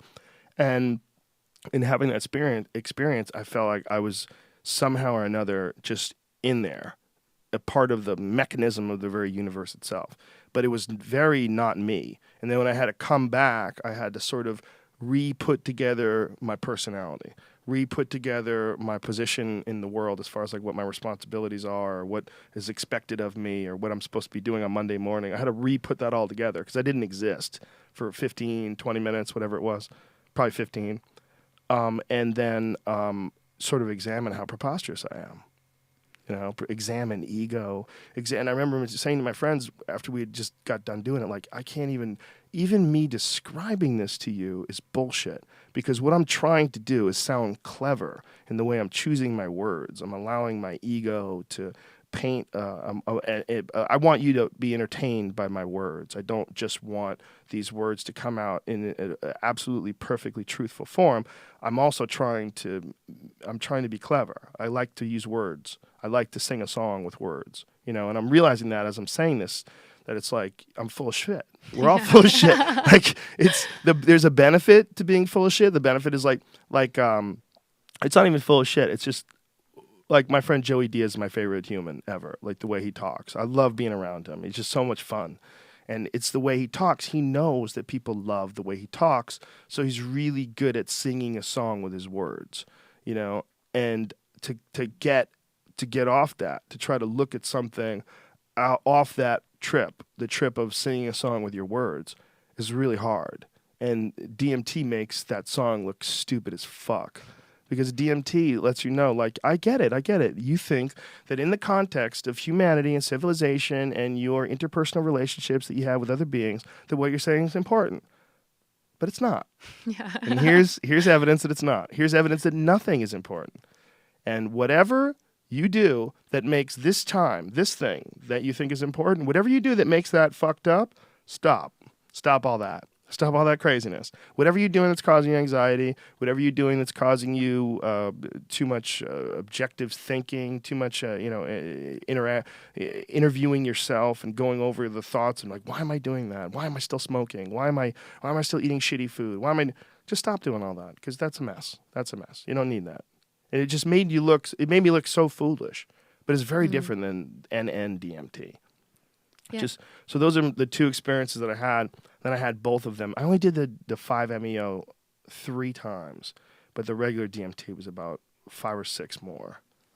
Because it was just, the regular DMT was more interesting to me. I felt like whatever the 5-MeO had to say, I got it. I got it pretty quick. Not that I couldn't benefit from it, but didn't call me back. You know, it was like, there it is, bitch. Take a look. You got it? Good. Now go about your business. Whereas DMT was, every time was a new thing. Every time I did it was it was similar, but every time was like, oh, I think I know what this is about. Oh, do you really? Yeah. Come through here, sir. Here we go. You ready? Woo! And then some new thing that you're like, oh, fucking Christ. That's how the ayahuasca is. One of the healers I work with has been using it for 18 years, and he says still every time he does it, it's different, and it completely opens his mind to. He still can't figure it out, and it's been 18 years, and I think something else ayahuasca is good for when you look at through a therapeutic or medical scope, which is kind of similar to what you had in your DMT experience, is that it does take away a lot of the fear of life and the fear of dying. And I think that's something too that I had, and most people do have, a fear of death. And one time I had ayahuasca and I hadn't eaten in 5 days, so I was really ready to absorb the medicine. And right after drinking it, Joe, I started feeling like I was dying. And I started thinking, oh my gosh, has anyone died from ayahuasca? Because I just, in my brain, it was telling me you're dying. And I started having trouble breathing. And I was remembering that if I didn't remember to breathe, I wouldn't breathe. And then the feeling got so intense that I remember looking over at my boyfriend and thinking how sad it was that I'd never see him again. And Whoa. At that point, I started seeing sacred geometry. And then I literally left my body and became this vibration. And I looked back at my body thinking, it's so sad I couldn't hold on to that body. You know, what's wrong with me that everyone in this room is able to stay alive and I had to die? So how many trips had you gone on before this had happened? That was my 8th one. So at this point... Jesus fucking Christ. The 8th visit or 8th? 8th time drinking ayahuasca. So during the first visit? No, this was a separate time. So I went down to the Amazon, then I've traveled the world the past year researching mushrooms. And then when I was in Indonesia, I was given the opportunity to be included in an ayahuasca experience. This was a couple months ago, and this is when this happened. I wanted to ask you that. I've talked to people that have done ayahuasca with things that have come from the Middle East, different plants that have come from the Middle East. They've mixed it, and they've seen very different imagery than the imagery that people report seeing from the jungles of Peru and Brazil. Apparently, McKenna's idea was that, and it might have been someone else's idea that he had talked about in a speech, he believed that when you had a psychedelic experience, you were also participating in all of the various trips that everyone else had done with that psychedelic, like essentially throughout history. Wow. And that was one of the reasons why fairly recent drugs had an empty feeling. Like, he would talk about ketamine, and he said that ketamine would feel like you were in an office building that was new but nobody had moved into yet. And, like, there'd be no one there. You know, be like walking around, there's no furniture, like, this is bizarre. He's like, that was the experience that he had with ketamine, whereas with psilocybin, he would have these experiences that were just intensely rich with all this sacred imagery that has been, you know, observed in artwork and various cultures. Like, they have like this interchangeable imagery that may have like very similar psychedelic consumptions, and that's what you're seeing. You know, when you're seeing jaguars and black people and snakes when you do the ayahuasca. And where you do the ayahuasca from the South American ayahuasca. But when you would do the ayahuasca that was made with similar ingredients on the other parts of the world, you have different visions. Oh, for sure. And this one, I mean, the ones I had in the jungle were, like you said, more jungle-esque. And this one was brewed in an area of Australia. And so for some reason, it was just a completely different experience for me. And it could have also been, there could have been other variables that I didn't need as much personal healing. Instead, I was led to this knowledge. Sometimes ayahuasca is more of a ladder to bring you to this higher intelligence, to feed you knowledge. And so I wasn't having any animalistic visions or really sacred geometry. I just flew out of my body and became this vibration. And it told me clearly, like you said, I don't know if it was a voice or writing or what, but this huge, intense power told me that death doesn't exist. And why do we fear death? Why does man fear death? It's ridiculous. And it's just to cause fear. And really, you are this vibration, this soul. And amber, your body on Earth, is just your organic spacesuit that allows you to survive on Earth. But you really are this soul. And no matter what, you never really die. And it was laughing. How ridiculous that it is that man thinks you actually die. And then I was just taken through the universe, and I just was flying down this vortex, and I saw Earth, and I saw all the fighting and wars and all the negativity that I'd focused on for all these years. And I saw how petty that was compared to this huge, massive force that was communicating with me, whether it be God or intelligent beings or just something made up in my head. But it was just so intense. And I compared that to all the fighting and the negativity, and it just left a permanent footprint on my brain that I need to, whatever this force, this message is so much more important than what I've been focusing on Earth, especially in my career. And it started giving me this message of love and healing, and that we really need to get in and fix the core problem, which is this mental disorder facing our species, versus just focusing on the symptoms, for me, journalistically, which was wars and fighting. And then after that, I was shown how man was created according to this. Oh, please do tell.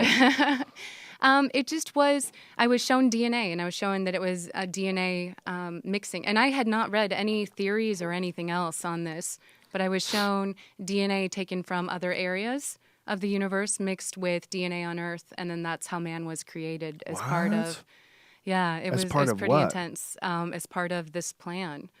And by who? I don't know. That's a good question. I couldn't tell exactly what this force was, but that's what it was showing me, how man was created. So we have this idea like, oh, please, you're saying that aliens made people and came down with different DNA, but just life itself on this planet is so strange. It's so bizarre. It's all of it.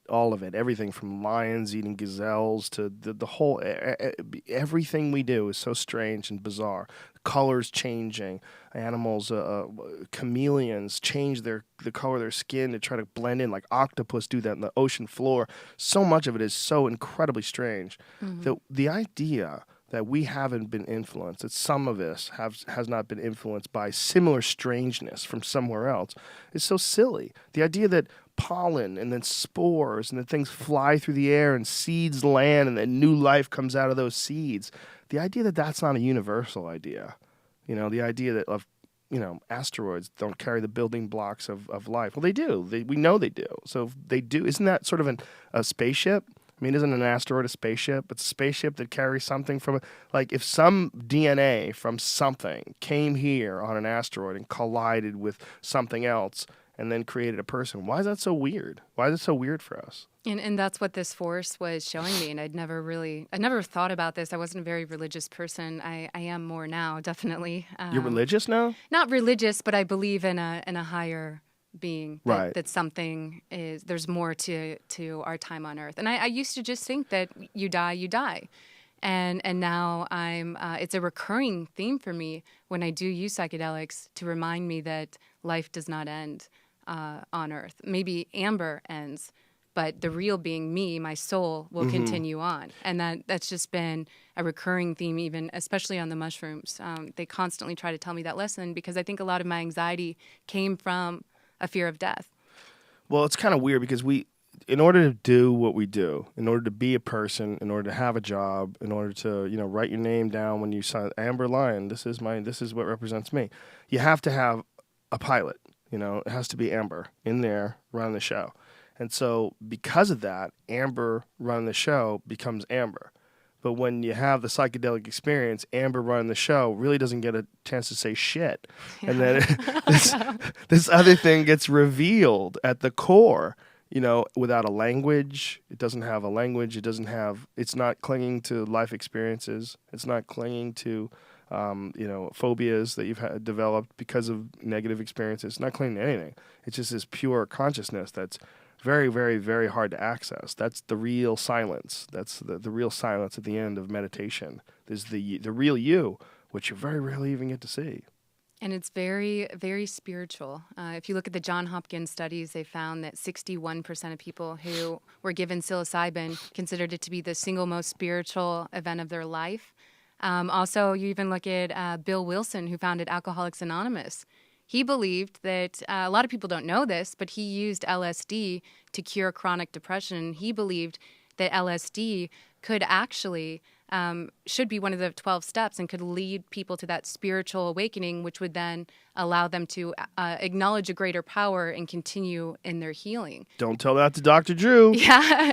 And it's so sad, Joe, because as the more I've been researching this, the more I realize how much amazing research is out there showing how effective psychedelics are for curing anxiety, depression, addiction, all of these things so many people are suffering from. And we've known since the 1950s that LSD had a 45% success rate at curing alcoholism. I mean, if you look at AA, there's a study showing there are not even any studies to show how effective LSD is. Some people say AA is in curing alcoholism. Some people say it's maybe 5% effective. So you have these substances out there that are we've known for decades that are extremely healing. AA is really effective at? What? Getting people to talk about AA.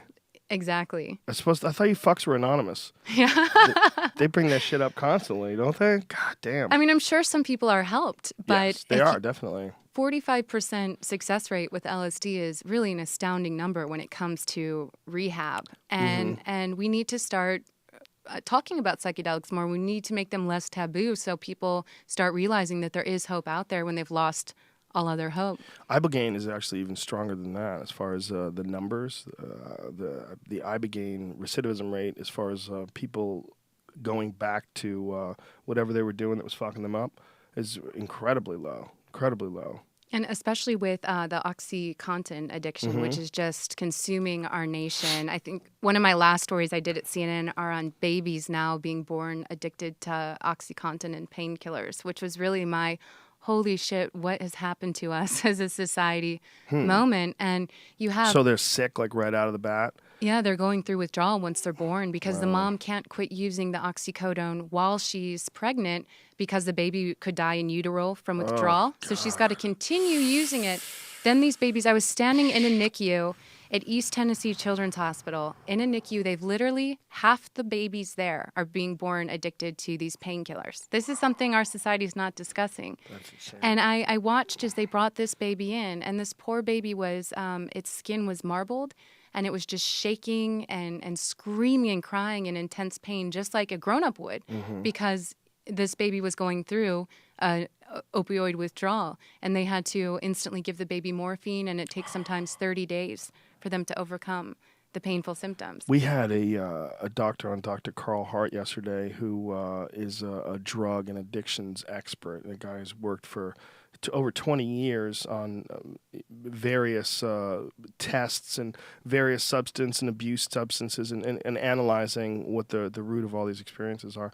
And the way he explained it was really fascinating. He was saying that even when you have a hangover, that what the hangover is an alcohol withdrawal. That's what you're going through. It's not just a dehydration, not just your body like being sick. It's the compensatory mechanisms that are present in your mind to counteract the alcohol. When the alcohol's gone, it's a withdrawal. Like you go into that's what a hangover is.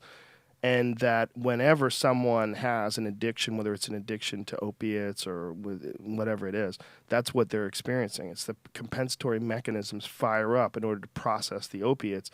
And then when they're gone, then you're sick. And, but the way he was describing it was really fascinating.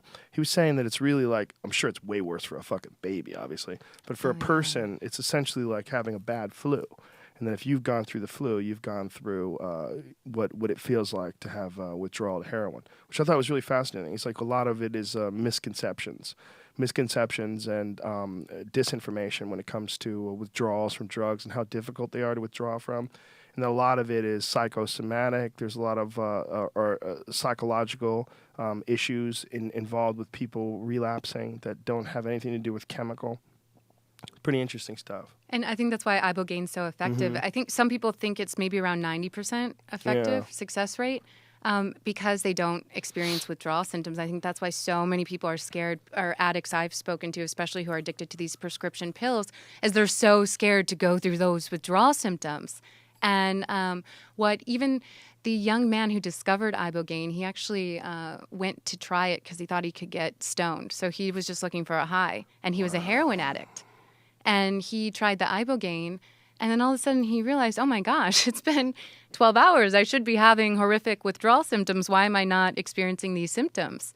And then it was so effective toward the end of the trip after intense introspection. I mean, intense. You're in that trip for about 36 hours for some. He realized he no longer craved the heroin.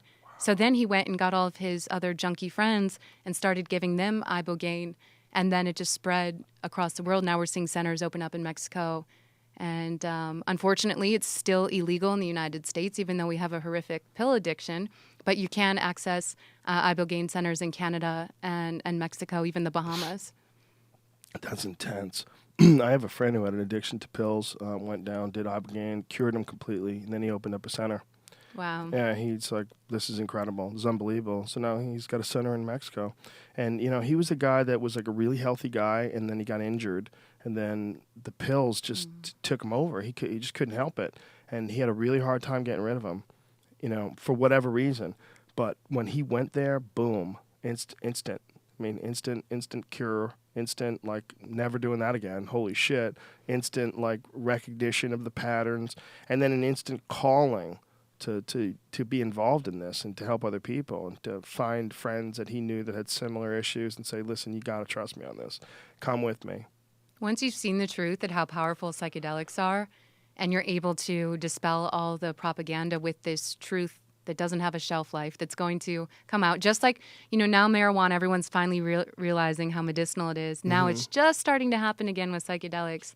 And when you've personally realized this truth, and this is something I'm going through now, and you see so many people around the country suffering, whether it be from depression, anxiety, or from post-traumatic stress disorder. 22 soldiers a day in the United States kill themselves from it. You just feel a duty, like you have to share this truth with others and let people know through your experiences, because they are so powerful. Yeah, it is unbelievably powerful. And it's sort of like one of the things that we were talking about earlier, that we are in some sort of a new era, is that the information is being spread virally on things like this. These discussions are happening right now during lunchtime at schools, during coffee breaks at work. People are talking about these sort of things that they're realizing, and they're talking about things that they heard, talking about things that they've read or videos that they've watched or what have you, and it's spreading now, and it's spreading in a way that just really never did before. And they can't hold it back. You can't hold back the truth, and these psychedelics, they're not going to work for everybody. But if you look at the anecdotes and the science, it's really there in favor of using these medicinally. And the more research you read, the more ridiculous it becomes that there's Schedule 1, saying that there's no medicinal value, that they're highly addictive. Mushrooms are proven to be non-addictive, and the caffeine in your coffee is more toxic for your body than mushrooms. The deadliest drug on earth is alcohol.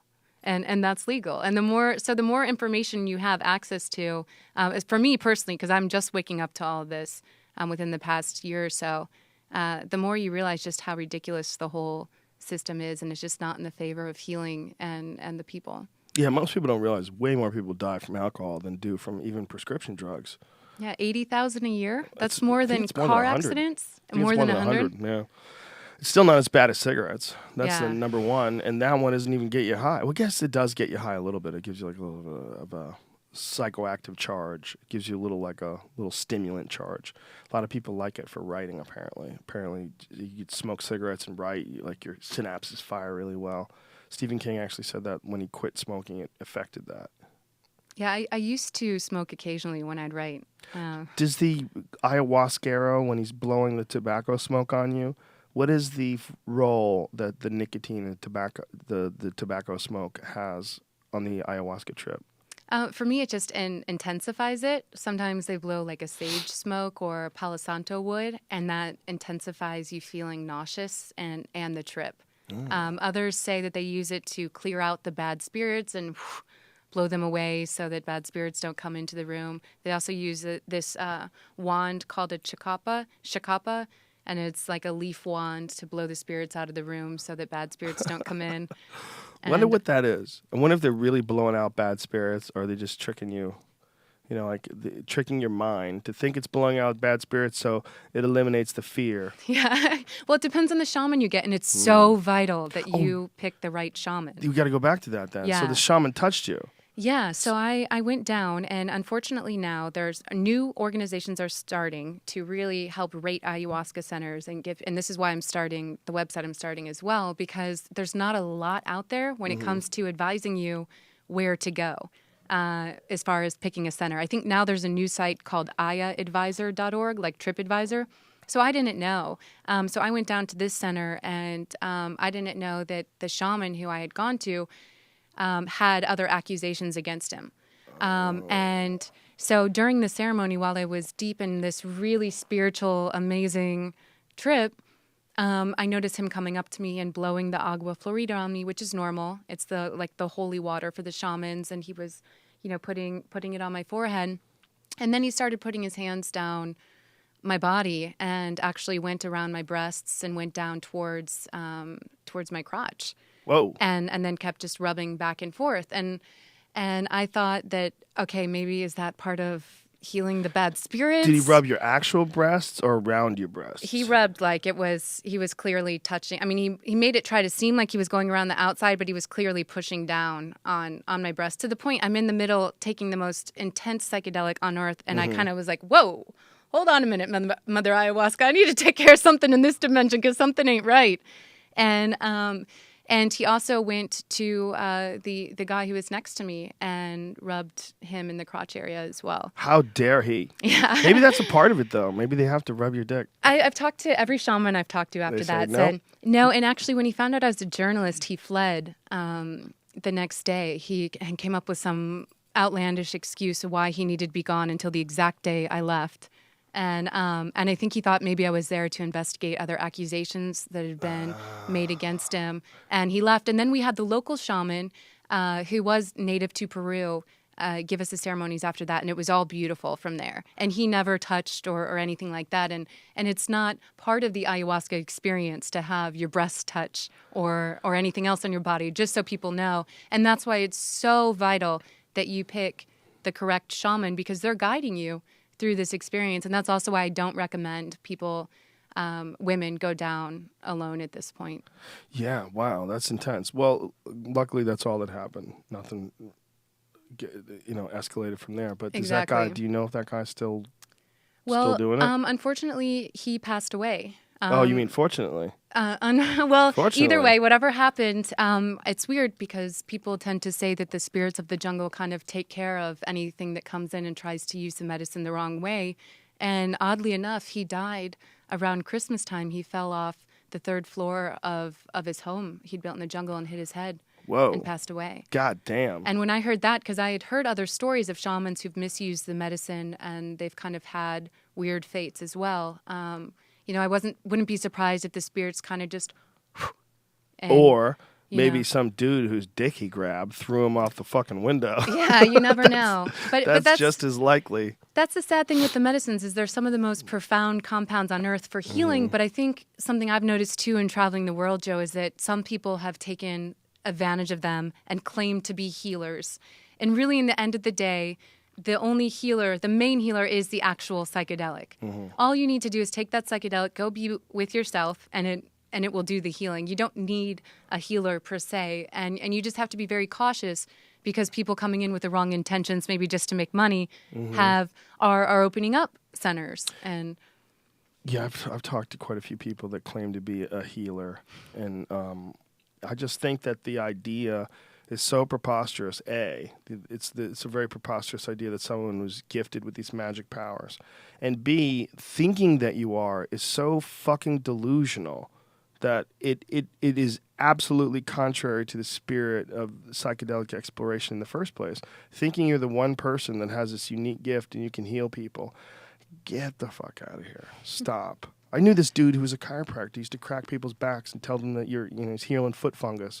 He's making you smarter. He's fixing your zones. And like, what are you doing? You're healing. And then in a sort of a discreet conversation, he revealed to me that if he convinces people that they're healing, that does in fact start the healing. And I'm like, okay, what? So you're justifying bullshitting by saying that the bullshit works if the people believe it. It's like a placebo effect. You're a human placebo effect. Well, it didn't work with me, dude, okay, at all. Like, this is a really bad conversation we're having. It sounds like you're a bullshitter. Like, this is ridiculous. Like, the idea behind it is ridiculous, that one person would have some sort of magical power with their hands to heal things. Like, get the fuck out of here, man. Stop.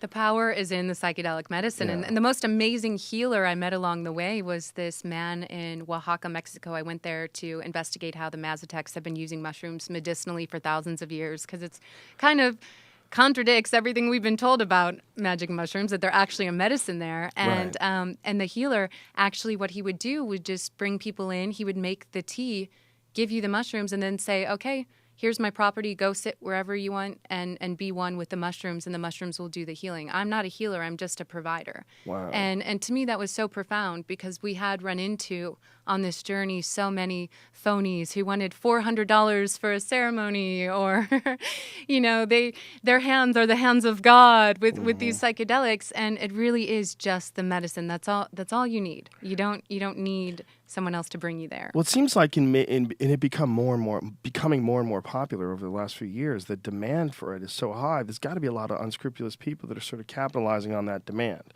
And people who never were shamans that just figure out the recipe, cook it up, start serving people and squeezing tits. And you know, they're like, this is the best job ever. You know? These dudes are fucked up. I'm touching their dicks. It's awesome. And they give me $200 a night, which is like a monthly salary in my country. You know? Yeah. I mean, it only makes sense. It seems like they need like an accreditation thing, like sort of like, you know, where'd you get your PhD? Columbia. Oh, that guy's legit. You know, where'd you get your ayahuasquero license to practice?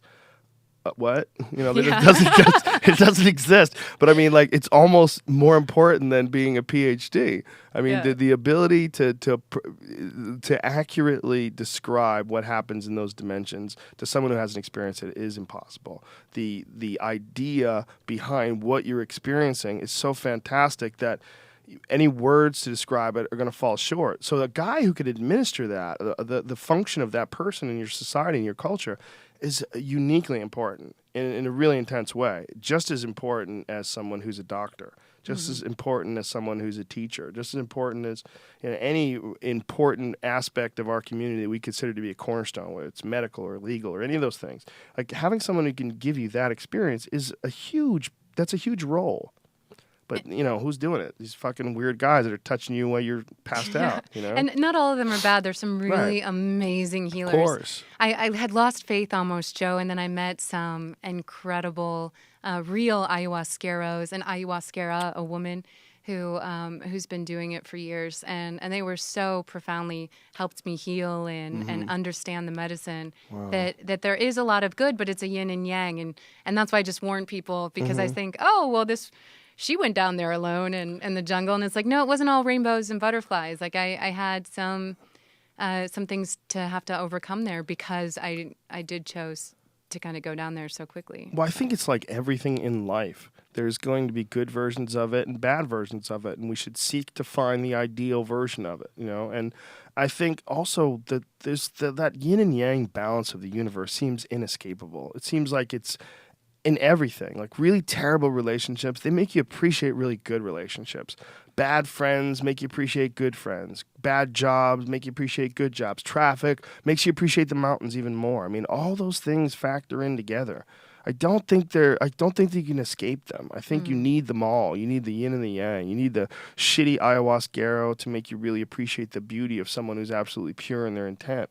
I really think that's just the way the world works, And I think you try to get away from that, you're being silly. You're missing the whole point. The whole point is just seek the light. Go towards the good. Just find that done. You can't fix all the dark. It's not fixable. Like, the people involved in the dark have to recognize they're leaning one way more than they are the other and try to correct. Hopefully, somehow or another, they're going to have an experience that gives them that sort of understanding. But you're not going to fix them. Concentrate on your own shit. Move forward. Go. Seek the light. Go the right way. And for some folks, they just never quite get there. And I don't know what their role is, but their role may very well be for someone like you or someone like me to see the error of their ways and learn from it. I mean, that might be their place in this giant machine. Their place might truly be to enlighten the others around them as to the wrong way. And maybe when they come back, they'll come back with the knowledge of whatever they fucked up in the past life in some sort of inherent form, and they'll move incrementally closer and closer to some form of enlightenment. And it really helped me journalistically, because I'm not only trying to use these psychedelics for healing, but also to really understand the history. And for some reason, after that first experience, I just had my bullshit meter on times 4,000. So right away, I could weed through the bullshit and just get to the healers who could teach me the most journalistically, especially when I was traveling through Mexico, because already it's some areas of there are a little sketchy. Yeah. And so it really helped me to find the real native curanderas and have just an amazing, beautiful experience with these mushrooms that I have such a profound love for mushrooms now, Joe. And I understand why when I was on your show, you were saying that if everyone could do mushrooms, it would just transform the world. And I'm a firm believer psilocybin is hands down the most incredible chemical known to the brain, just through my experiences. Well, it's really close to human neurochemistry, too. I mean, it literally has N-dimethyltryptamine in it, as far as like what it is before it is that. It's very closely related. And the most profound ones are closely related to human neurochemistry. I mean, the idea that you're going to get this DMT trip from all these plants that grow in the jungle. These plants that grow in the jungle literally contain the very chemicals that make your brain work. It's so bizarre. And they're illegal. And they're illegal. Yeah. Ignore Incredible. Everything you've been told about them. It's all lies. When I first had my first mushroom experience, I really realized, wow, how deep the propaganda went.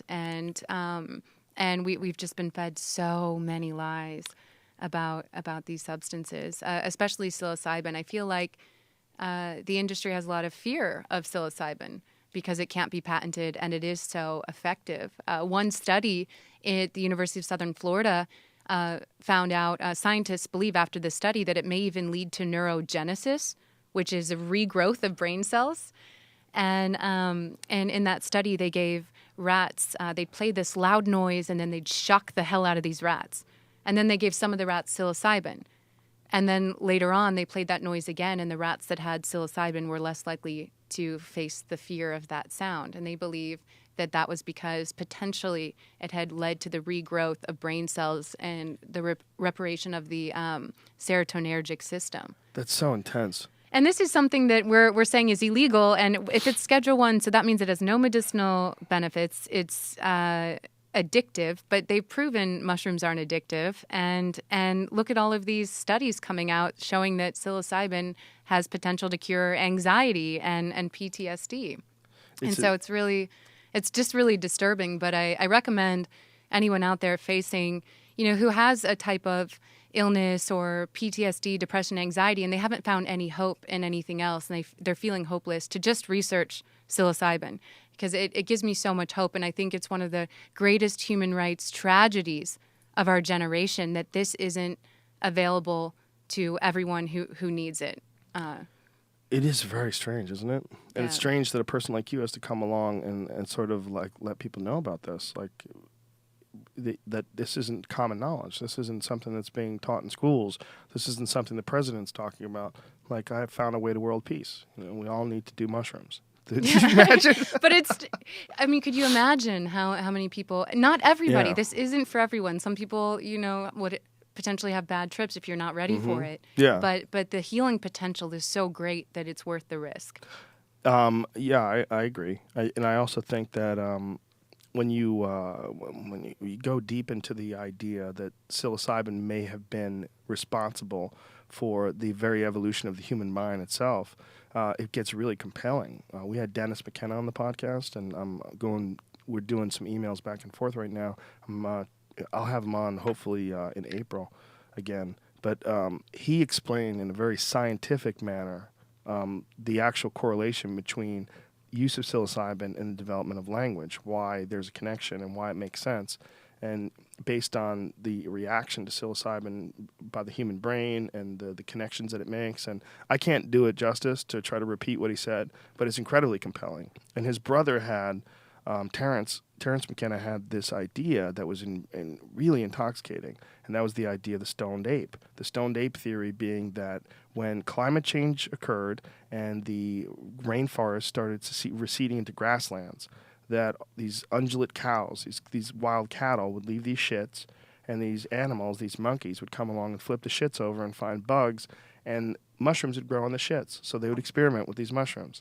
And he had all these direct correlations between experimenting with mushrooms and the improvement of various aspects of life, which would make it probable that these people, these animals, these human-like things, experimented with these mushrooms, including eating eating of psilocybin increases at low level doses, increases visual acuity. So it actually makes you see better. It makes edge detection better. It would make you a more effective hunter. It makes you more sensitive to your environment. It would make you hornier, so you would have more sex. And, of course, then at higher doses, you would get this sort of unifying experience that would bond the tribe together. It would create a tighter group of people, a tighter group of monkey-like people, whatever the fuck they were. And he used that as a direct reason for one of the biggest mysteries in the entire fossil record, which is the doubling of the human brain size over a period of 2 million years. It's a really fascinating mystery that no one has ever solved. They don't know why. There's a lot of theories. There's a lot of competing theories as to what caused the human brain size to double, but it's an unprecedented event in biology. The way McKenna described it, he's like, if it was like the liver of an otter, it would be a spectacular find that a liver of an otter doubled over a period of 2 million years. I mean, it would be really perplexing. Like, why is this? When you have the greatest transformation of any known biological creature over a period of 2 million years like this, and that's the same organ that created the theory of evolution in the first place.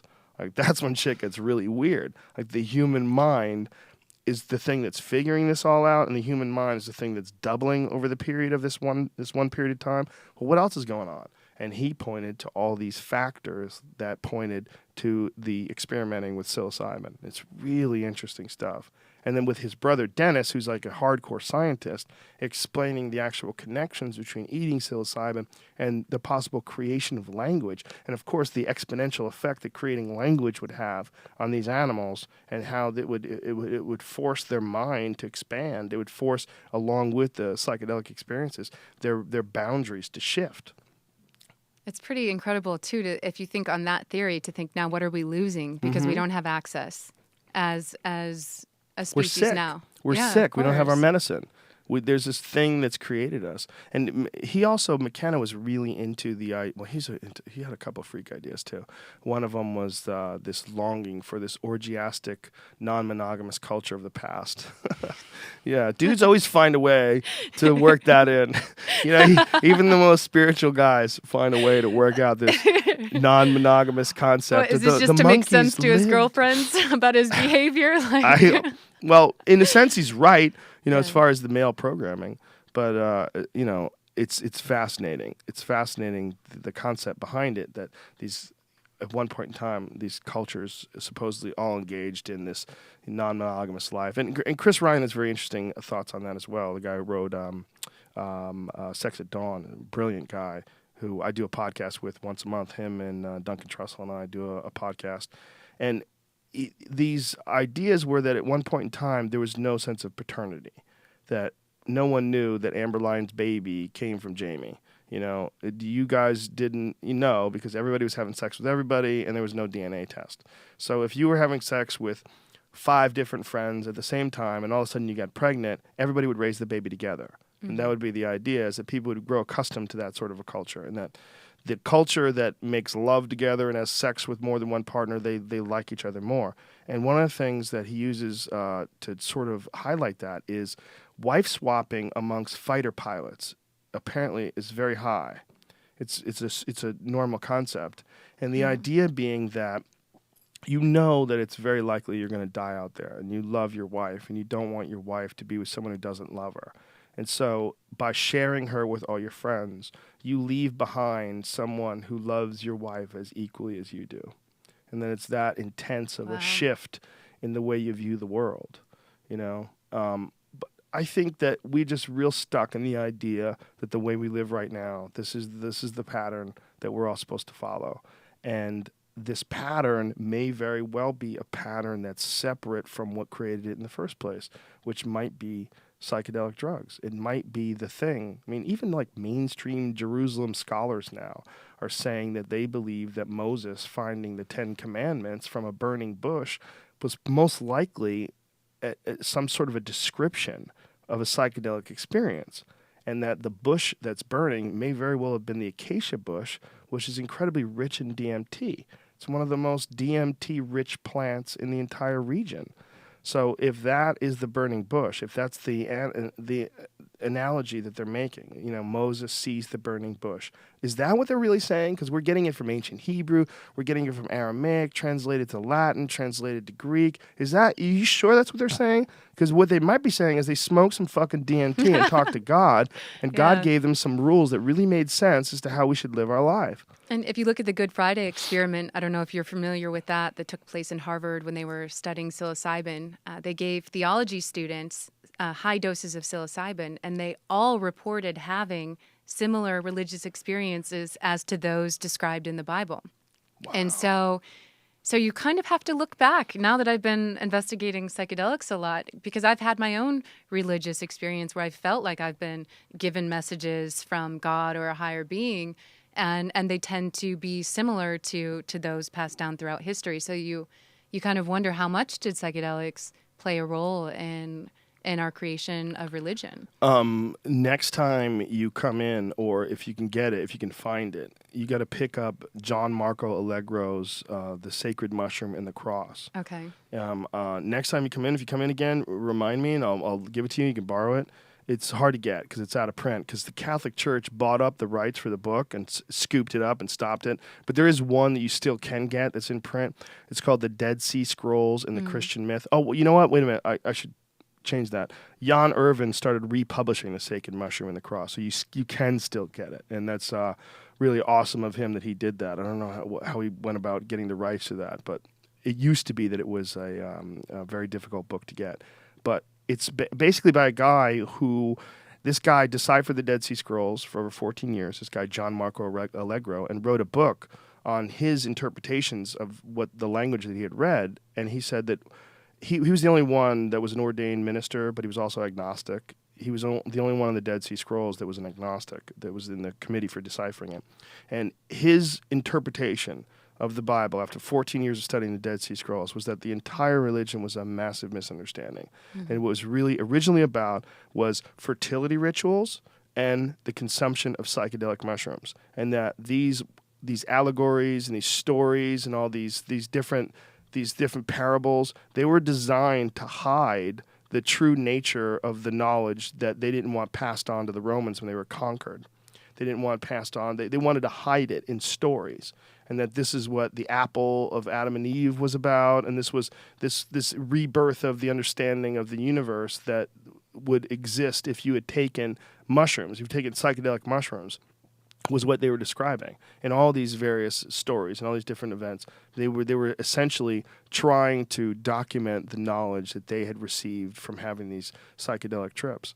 And it's unbelievably intense when you read that and then put it into play and then start thinking like, oh, wait a minute, I get it.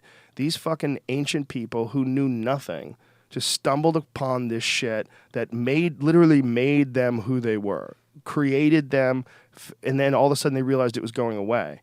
whether it was going away because of additional climate change, which they started losing mushrooms and they started preserving them in honey. And preserving them in honey also started creating fermented honey, which became mead, which is alcohol, which led to a more alcohol-based society. And as they moved slowly away from mushrooms and slowly away from psychedelic drugs, they moved to like almost an anti-psychedelic in alcohol. And that's when shit went haywire. This disconnect from psychedelics was what caused all these cultures to go haywire. It's really fascinating. And religions have a way of prosecuting psychedelic users throughout history. I'm a psychedelic loser. But they would call it the work of the devil, and that's what I ran into with the Mazatecs who I was working with up in Oaxaca, is that they had to, when the Spaniards came, they had to flee into the hills to continue the mushroom tradition. Wow. And now you'll actually see, I went to San Jose del Pacifico, one town where the mushrooms are readily accessible, and this other town, Huautla de Jimenez, and you'll see on the churches they have Jesus and Mary, and then on the other side they have a mushroom. So they actually worship the mushrooms. They've kind of mixed, I guess to survive, they mixed Catholicism in with their worship of these mushrooms. And it's pretty trippy, per se, to see it painted on these churches. That's actually a big part of really ancient religious artwork, period. You know, a lot of, if you look up, do some research on the connection between mushrooms and even the Catholic Church, there's mushroom iconography all over the place. And really ancient descriptions, like one of the earliest depictions of Adam and Eve on some ancient fresco is Adam and Eve with a mushroom tree in between them. Have you ever seen that image? No. See if you can pull that up, Jamie. Adam and Eve mushroom picture. And we'll find the description of it. And Eve mushroom. Yeah. We just lost track of all this stuff. It's also one of the reasons, it's right away. You could pull up that image. It's pretty intense. That's an ancient image of Adam and Eve.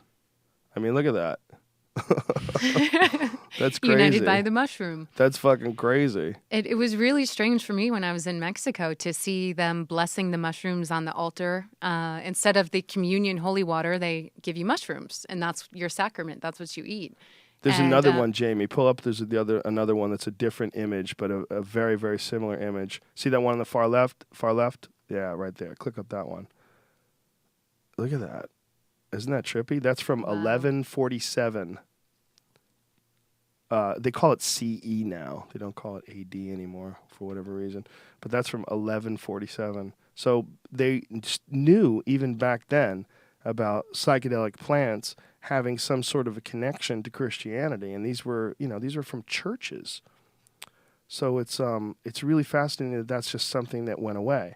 It was something that was a part. The doorways, the shape of the doorway being very mushroom-like, and a lot of these they look like a mushroom cap. You know, that's like they didn't choose that for it wasn't an accident. There was a guy, Jack Herer, and before he had a stroke, and then he eventually had a heart attack and wound up dying. And he was a very important part of the hemp movement in letting people know he was a Goldwater Republican. And he wrote a book called The Emperor Has No Clothes about marijuana and the real root of the propaganda that allowed marijuana to become an illegal drug. And his thing that he was working on before he got sick was all on the connections between psilocybin and religious thought, religions, period, the creation of religions. And he had some really amazing old paintings. I wish I knew where he had collected these images, but of people lost in like a dance of ecstasy, like they were naked and they were covered by this translucent mushroom. And it was like a reoccurring theme in like really ancient artwork that was religious artwork, that these people were engaging in ritualistic behavior with psychedelics, and it was a part of the church, whether it was something that was originally for everybody, and then when it became more scarce was just controlled by the upper crust of the religious organization, or what happened over how many periods of hundreds, if not thousands of years, which is hard for us to kind of let it sink in how much of a shift 100 years can be. Think about it this way. 200 years ago, if you wanted to picture something, you had to draw it. And if you wanted to get around on something, you had to ride an animal. That's just 200 years ago. 200 years ago, slavery was legal and all those things. So just wrap your head around that and then try to move forward to thinking 200 years before that, 200 years before that, and just thinking if at any point in time during that period the pipeline gets cut off to the most influential connection to spirituality known to mankind, and then people are left to, boom, fend for themselves and figure things out. And then the stories they go from these things which you have this repeatable connection through ceremony to the Mother Earth, to the universe, to God, to love, and then no connection. The connection is completely severed. All you have is words describing this connection. Boy, it would take on a hollow tone, and then all of our primate behavior and instincts and all the shitty aspects of human beings, control and ego, would flourish and rise to the top and even be fed by alcohol, which is the anti-psychedelic. And then culture is left with these words, these hollow words written on animal skins from back when people were, even then when they wrote these things down, probably grasping to the last remaining fibers of this former existence that they had in symbiosis with the plant knowledge. Isn't that the irony and humor in the universe that so many people spend their entire lives searching for this religious experience, thousands and thousands of dollars, and you can get it for free growing on cow shit? And isn't it funny that when someone wants to call you on your nonsense, they call you on your bullshit? Yeah. That is such bullshit. Yeah. It's like there's nothing that's going to let you see what's bullshit and not bullshit like mushrooms. Exactly. And I think we've had the push towards legalization of marijuana, and I think the next big movement should be to legalize mushrooms. I mean, they grow everywhere. They're a natural product. They've been proven, as I said before, not to be addictive. They're not neurotoxic. Your caffeine in your coffee is more toxic on your body and your system. So why not develop that next push for mushroom legalization? I couldn't agree more, and I think what we need to do is it needs to be done in like a professional setting, like hire people, like they have really acclaimed ayahuasqueros that everybody loves and goes to. Figure out a way to hire someone and have someone run a mushroom center like that. A person who is an experienced voyager, a person who's pure in their intent, and they can help people. And what an unbelievably rewarding life that would be for someone who instead would be worrying about their physical safety in performing these things. They'd have to do that under secret conditions to hide from people, and someone would have to look out the window to make sure the jackbooted thugs don't kick down the door and stop them when they're in the middle of enlightenment, and arrest them and go throw them in some rat-infested fucking cage somewhere. To not have to worry about that and to be able to actually give people this experience in a real pure setting would be pretty nice. And this is where people go, I'm fucking so tired of Rogan and his fucking psychedelic talk. I get it. I'm tired of me too, man. I'm tired of me too. Trust me. It's so profound. And what the mushrooms did for me and what they do, I think they could be so effective, especially for women. And traditionally, psychedelics have been more of a male discussion topic. But I think women, I will admit, I think they may even need them more. Because why more? We tend to be more self-critical than men are. And so that's a prefrontal cortex being overactive. And so that leads to depression and anxiety. And what the psilocybin does, they've actually done scans of brains when people are on psilocybin, is it decreases the blood flow to that area of your brain so that for once, and this is what happened for me, is finally everything just went silent. And it was so profound, I just burst into tears, and I just could not stop crying because I hadn't had silence for so long. And at that point, because I had that silence, I was able to go back and rewatch my life like a movie and see all these things that had happened over just the span of 2 years, and then slowly realized, okay, that's why I was in the position I was in. And I was able to reprocess all of these stored memories. And if you look at women, 1/4 of women in their 40s and 50s are on some kind of antidepressant that's just a Band-Aid on the bullet wound. And I felt like the mushrooms actually got in to my soul and cured and helped perfect my limbic system, which is what Western medicine is ignoring. That is a really strange number, isn't it? 1/4 of people are on antidepressants over X amount of age. I've always wondered why it is women are uniquely drawn to those things after they get to be a certain age. Like, what is it? What is it about antidepressants? It's just a quick fix, maybe. Is that what it is? Is it a biological issue that comes with their body slowing down and they become less and less happy?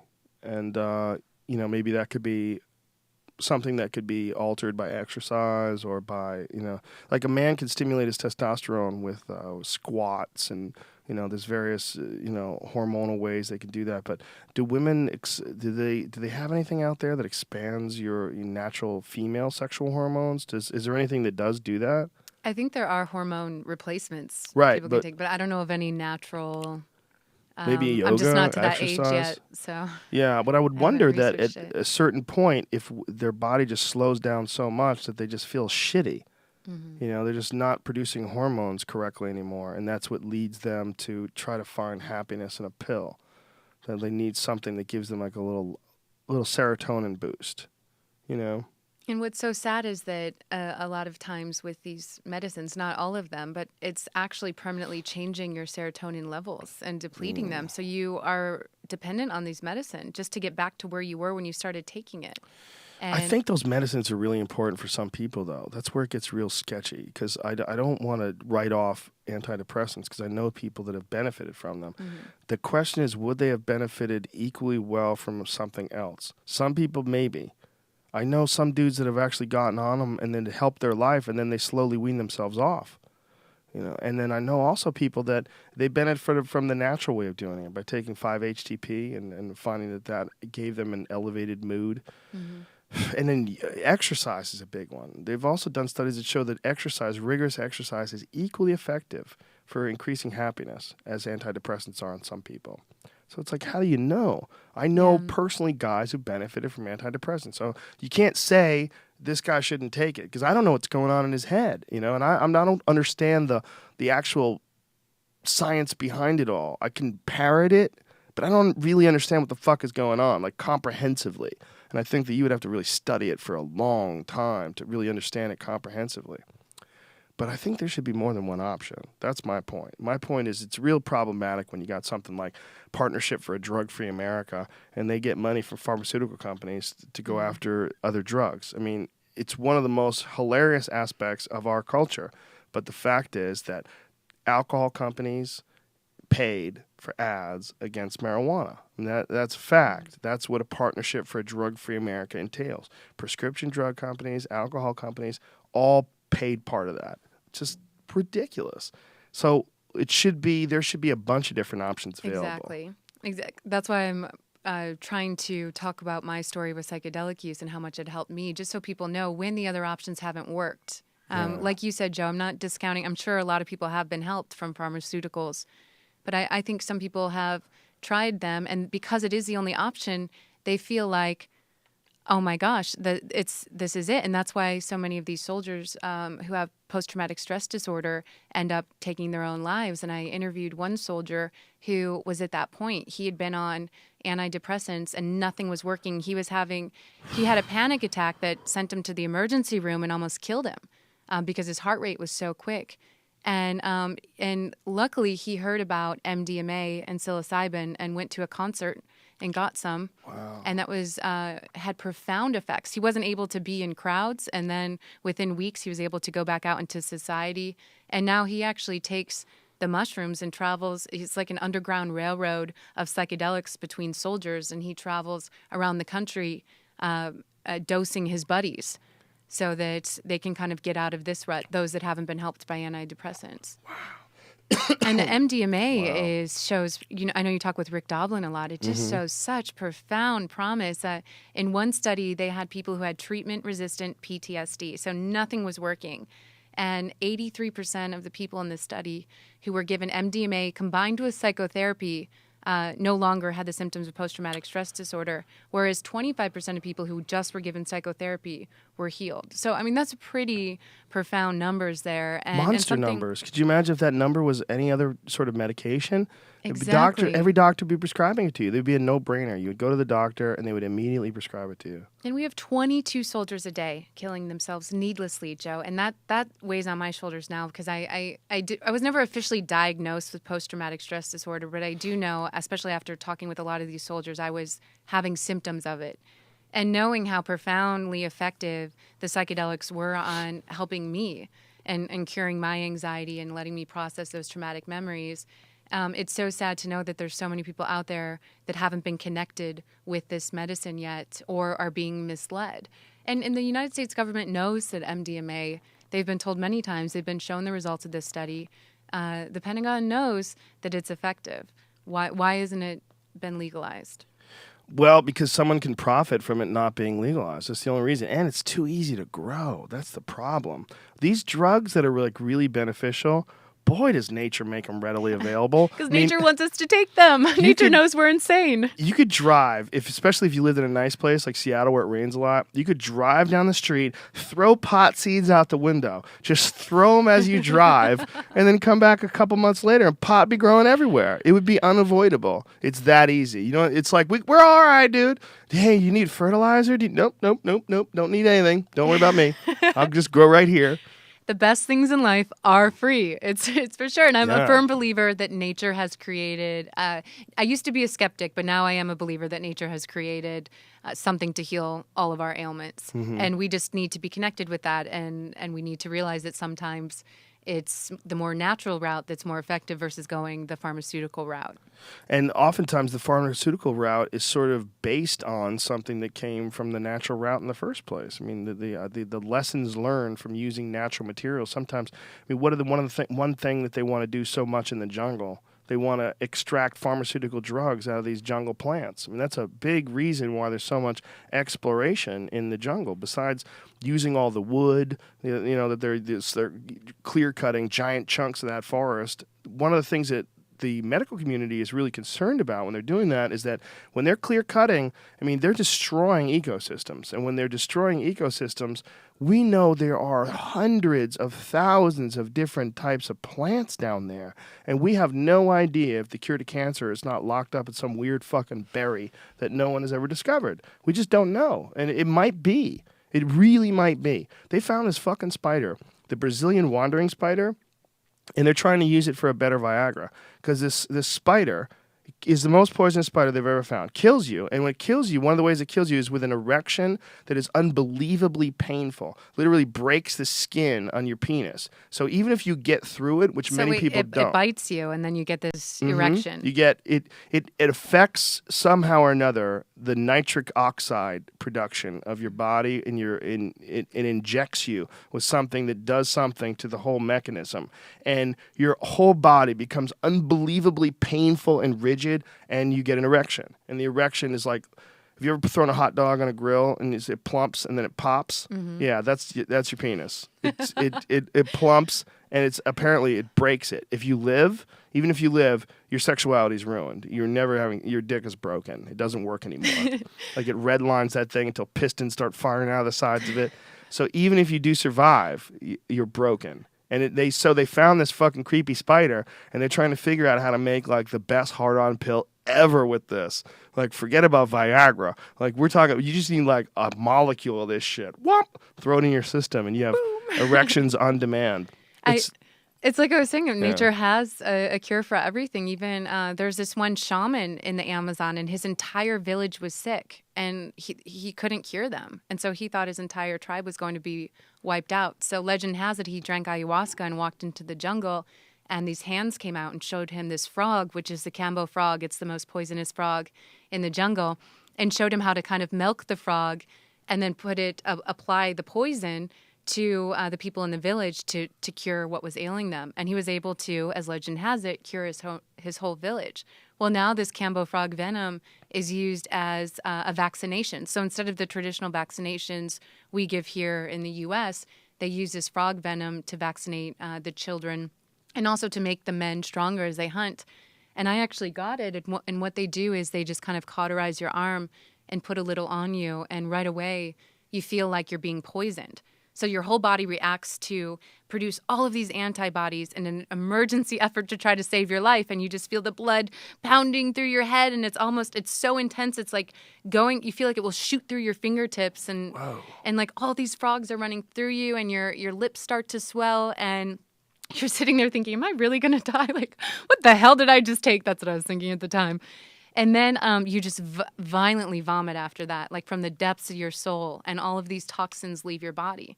And after going through this for about an hour, you just feel miraculous. Like all of the toxins have been pulled out of you, and you feel energy for months to come because your body's produced all these antibodies to fight infection.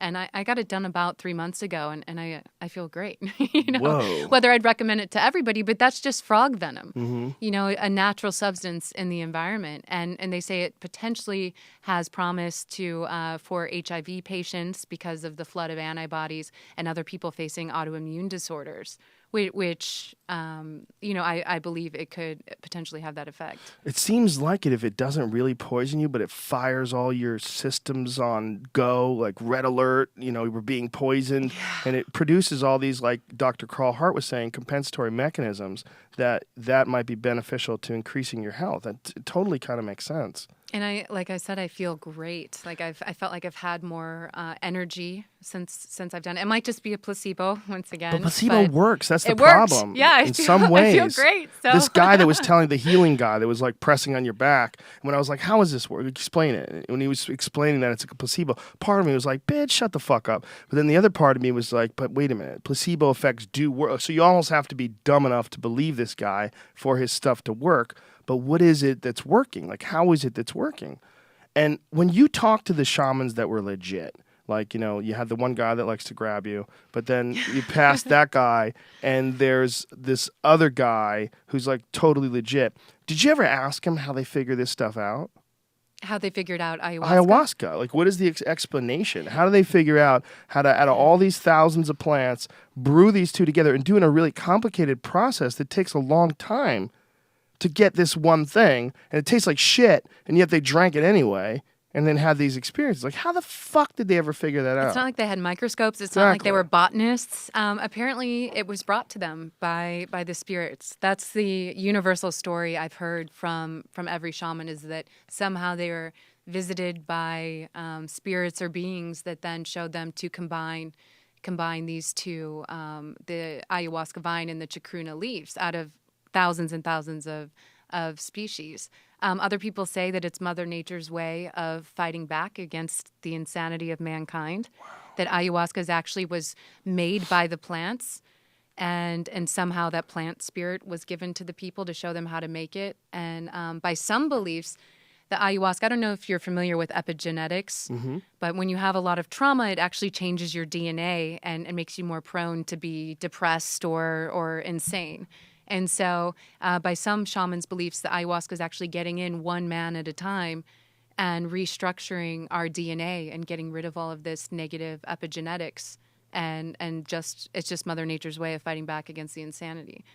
Wow. And so I get different stories from every shaman, but the epigenetics one tends to be the more common denominator that I've heard from several of them, that they believe it is actually Mother Nature fighting back and trying to heal our limbic systems so we don't have this collective madness anymore, one person at a time. Who knows how long that's going to take? They're on a different time schedule. Maybe it's 1,000 years, but it is working one person at a time.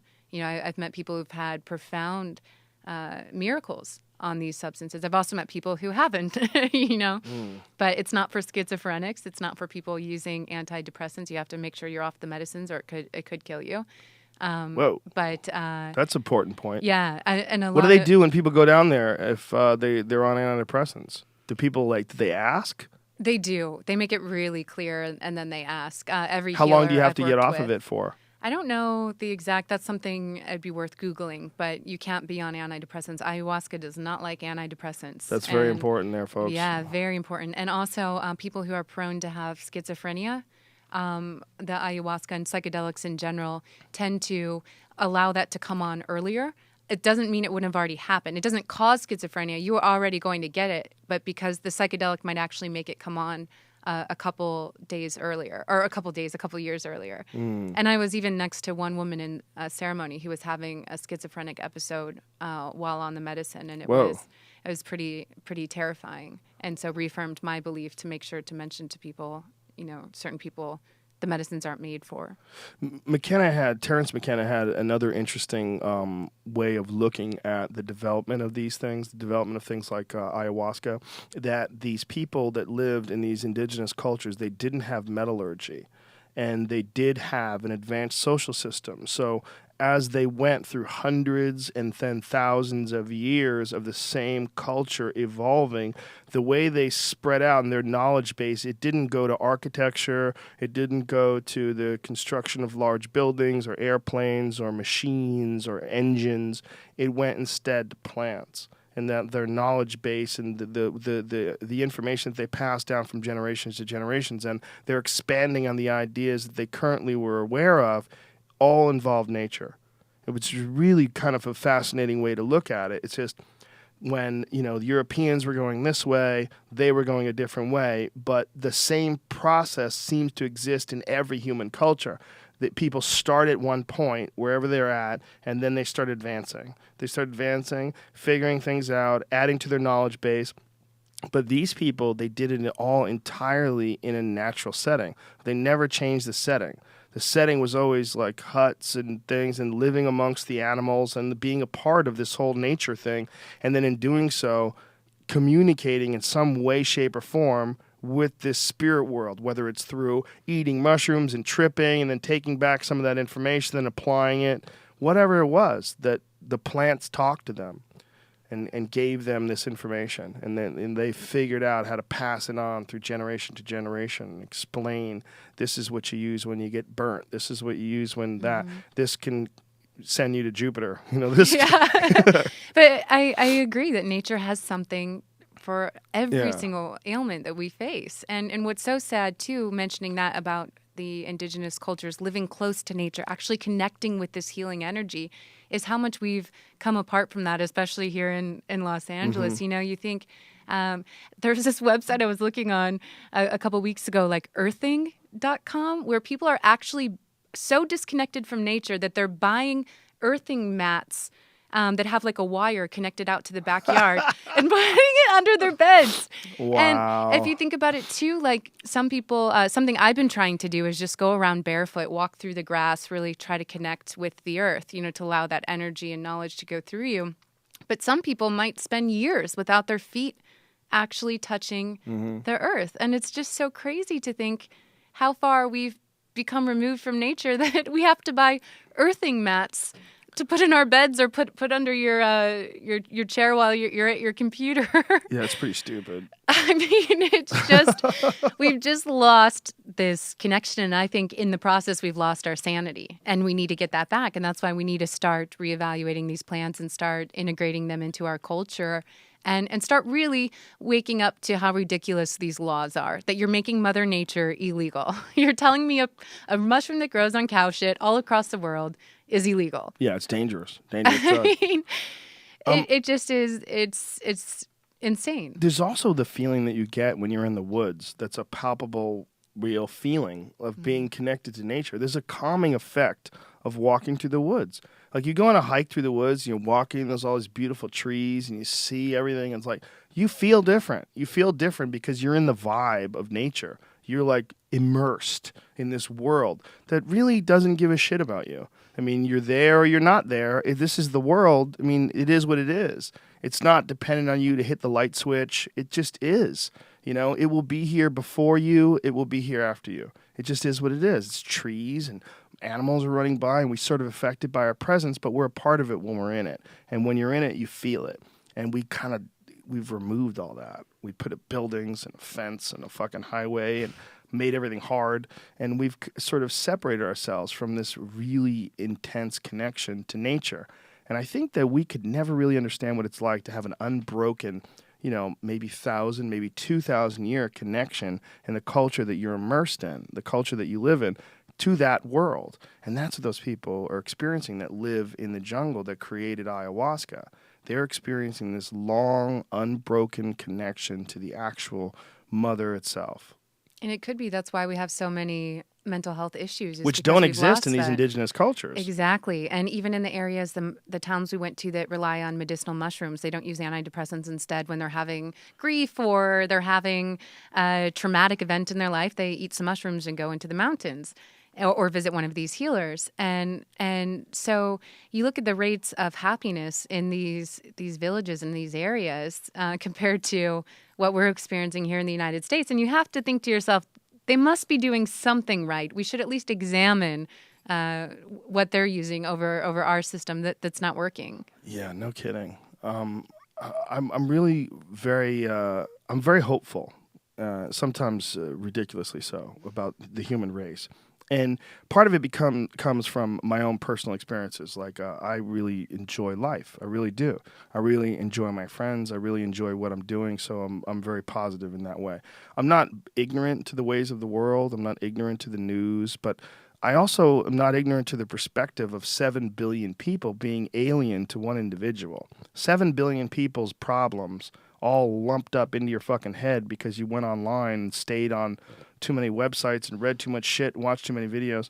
That's not how you're supposed to experience the world. Like, we're not designed for that interface. The interface we're designed for is the interface you experience when you go on a hike through the woods. What you encounter is what is real in your own perceptions. These are the things that you can affect.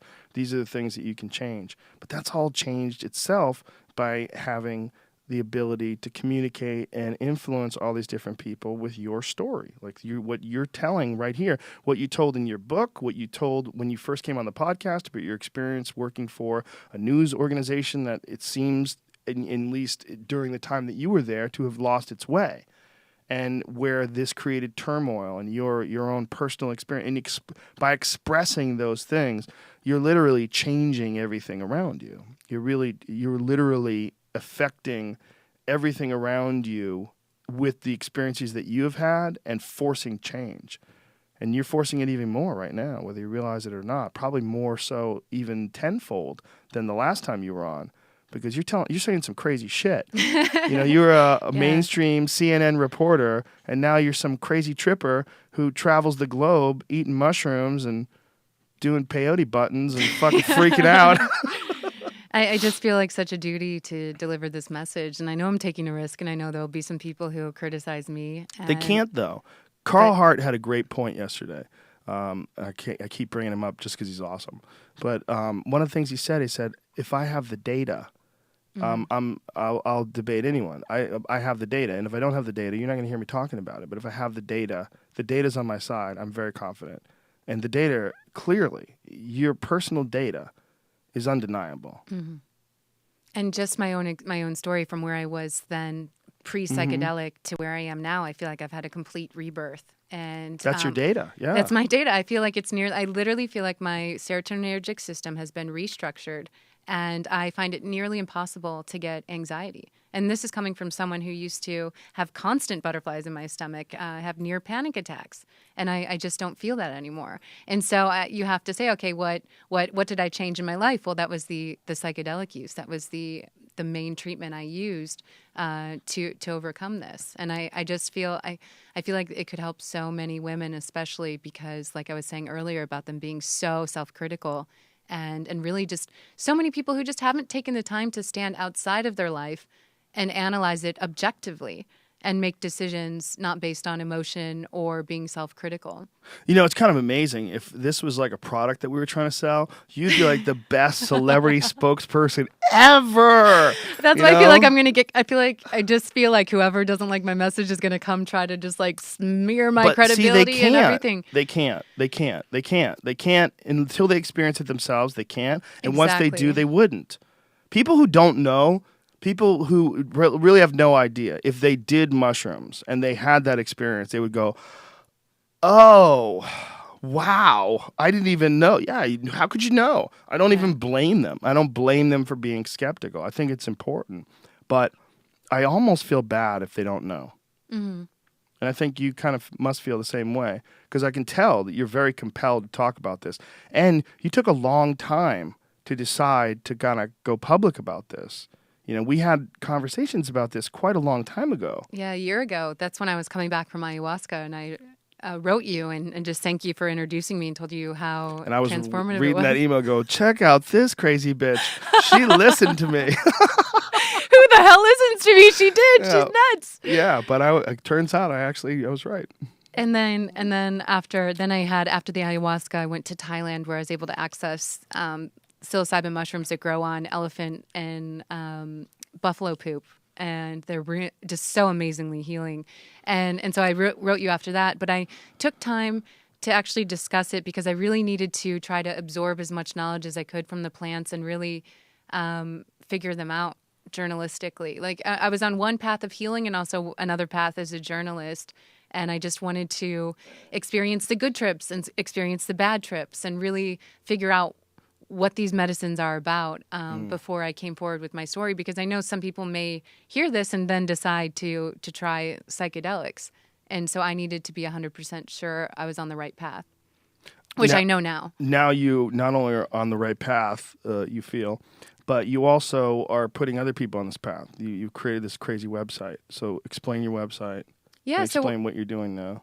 What happened was when I started researching about ayahuasca and stuff, like I said, I went to a center that I couldn't really trust. I noticed there wasn't a lot of websites out there that could connect people with knowledge about these psychedelics. Also, I noticed there wasn't a lot of psychedelic journalism because there's not a lot of experienced journalists, or it's just not being funded, or, I mean, a various amount of factors are going into that. Arrowwood is pretty awesome. Arrowwood's amazing, yeah. Yeah, one of the most important resources for anybody that is interested in any of the effects of any of these psychedelic experiences, drugs, medicines, whatever you want to call them, compounds. Arrowwood is one of the best. Arrowwood.org, right? Arrowwood.org and also maps.org. They're both Maps, fantastic to go huge. and find out about research studies and just read other people's trip reports and experiences. And what I'm doing with this site is creating like the Huffington Post of psychedelic news. So we're just going to be focusing on the war on drugs, accurate reporting, independent reporting on these topics. Also, we're building the foundation right now. So we want to make it like a virtual city where people can come and sit down and have a cup of coffee and chat with others who've done it to reduce harm reduction. Also, so people can find accurate information and reviews of different centers. And just find we're going to take all these studies that have been around since the 1950s and send them back out to the public so they can get this information. And I just think it's really vital right now, because when you Google News Alert, which I often do with all these substances, I'll Google News Alert like ketamine, which has profound effects on depression, and psilocybin. And the stories that always come up are the ones of the guy getting busted for selling it or the rare festival death.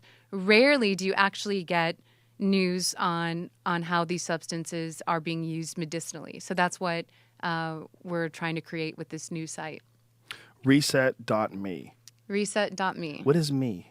Like instead of .com, what is it? What is Emmy? Where does it come from? It's another country. But, for this purposes, it's me as in resetting yourself. It's a great way to remember it. Reset.me. I mean, it's really a perfect name. But what country is it?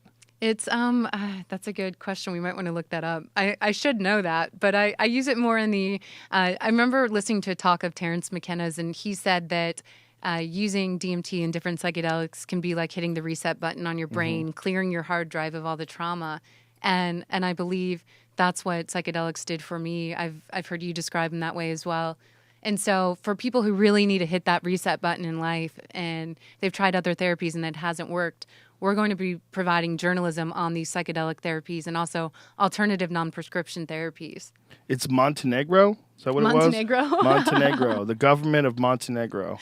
Okay. Well, we're not based in Montenegro, but... Well, they sold their domain name rights. A lot of countries did for sale. And like Biz, like, you know, like there's a bunch of them that they sold. .us, you can get a .us, you know. Yeah. It's interesting. So that's awesome. Reset.me. And has it launched yet? It hasn't launched yet. It's still being built, so it should launch within a month. But once again, things change sometimes if it takes a little longer. Well, you got to come on again aspects. when it launches and let us know. We'll tweet about it and we'll let people know. And we just talk for 3 hours. Yeah, for sure. Imagine. And if anyone wants to go to reset.me, you can follow all of our social media accounts. We're really looking for people who are experienced users, kind of the teachers who can come and be waiting for the students. And just people who support our message and who are interested in writing for us or sharing their own stories of healing. And how are you avoiding trolls? You know, prepare. You just announced yourself to the world and the internet. Look, people that listen to this podcast are not universally cool. There's a certain percentage of them that are fucking trolls, and they will launch themselves upon you for in search of humor with some really fake fake profound tales of things happening to them in the jungle, and guarantee you now it's going to be about titty grabbing while you're out cold. There's going to be several stories of what the bad ayahuasca did to me. Story. Too late. It's out there. I think we're hoping the community will self-regulate. We'll give various people there's already people out there who I'm sure you've interacted with, Joe, who have reputable Twitter accounts who've been really passionate about psychedelics, who we've recruited to help us in our forums and just help us. We also have a section on the site where you can post links to different news stories and stuff that you find interesting. So we have these people on board to help us kind of regulate. That being said, you can't fight everything. Yeah. So we're expecting it to come, but the team behind this, we all met doing ayahuasca, and we've all been so profoundly affected that we want to bring this new creation forward to try to help others. That's the new Amber Lyon. There you go, folks. Tripping around the world. Wow, Amber Lyon version 2.0. Reset. Yeah. Wow. Well, congratulations on everything, on your journey, on this website, and the whole thing. I think you're a very brave person, and I thought you were a very brave person when you were talking about your experiences at CNN, and you stick your neck out. You know, you really do. And so it's cool to be your friend. It's cool to watch all this happen, and it's cool to have you on the show. Thank you very much. Thank you, Joe. It's such an honor. It's been a lot of fun. Amber Lyon, ladies and gentlemen, please follow Amber on Twitter, Amber Lyon on Twitter, Lyon, and go to the website, reset.me. It's reset.me, and within a month or so, there'll be some shit up there, and I'm sure Amber will keep you posted on Twitter, and we'll keep you posted on Twitter, too. So thank you. Thank everybody. Thanks to our sponsors. Thanks to Lumosity. Go to lumosity.com/Joe. Click the start training button. Start playing your first game. That's lumosity.com/Joe. Click the start training button. And thanks also to onnit.com. Go to ONNIT. Use the code word Rogan and save 10% off any and all supplements. Thanks also to LegalZoom. LegalZoom. Go to LegalZoom.com and enter Rogan in the referral box at checkout for more savings. We'll be back in a little bit with Matt the Terra Sarah. And then Thursday, Shane Smith from Vice.com will be here as well. And we're going to have a fucking great time. We'll probably get drunk. See you soon. Much love.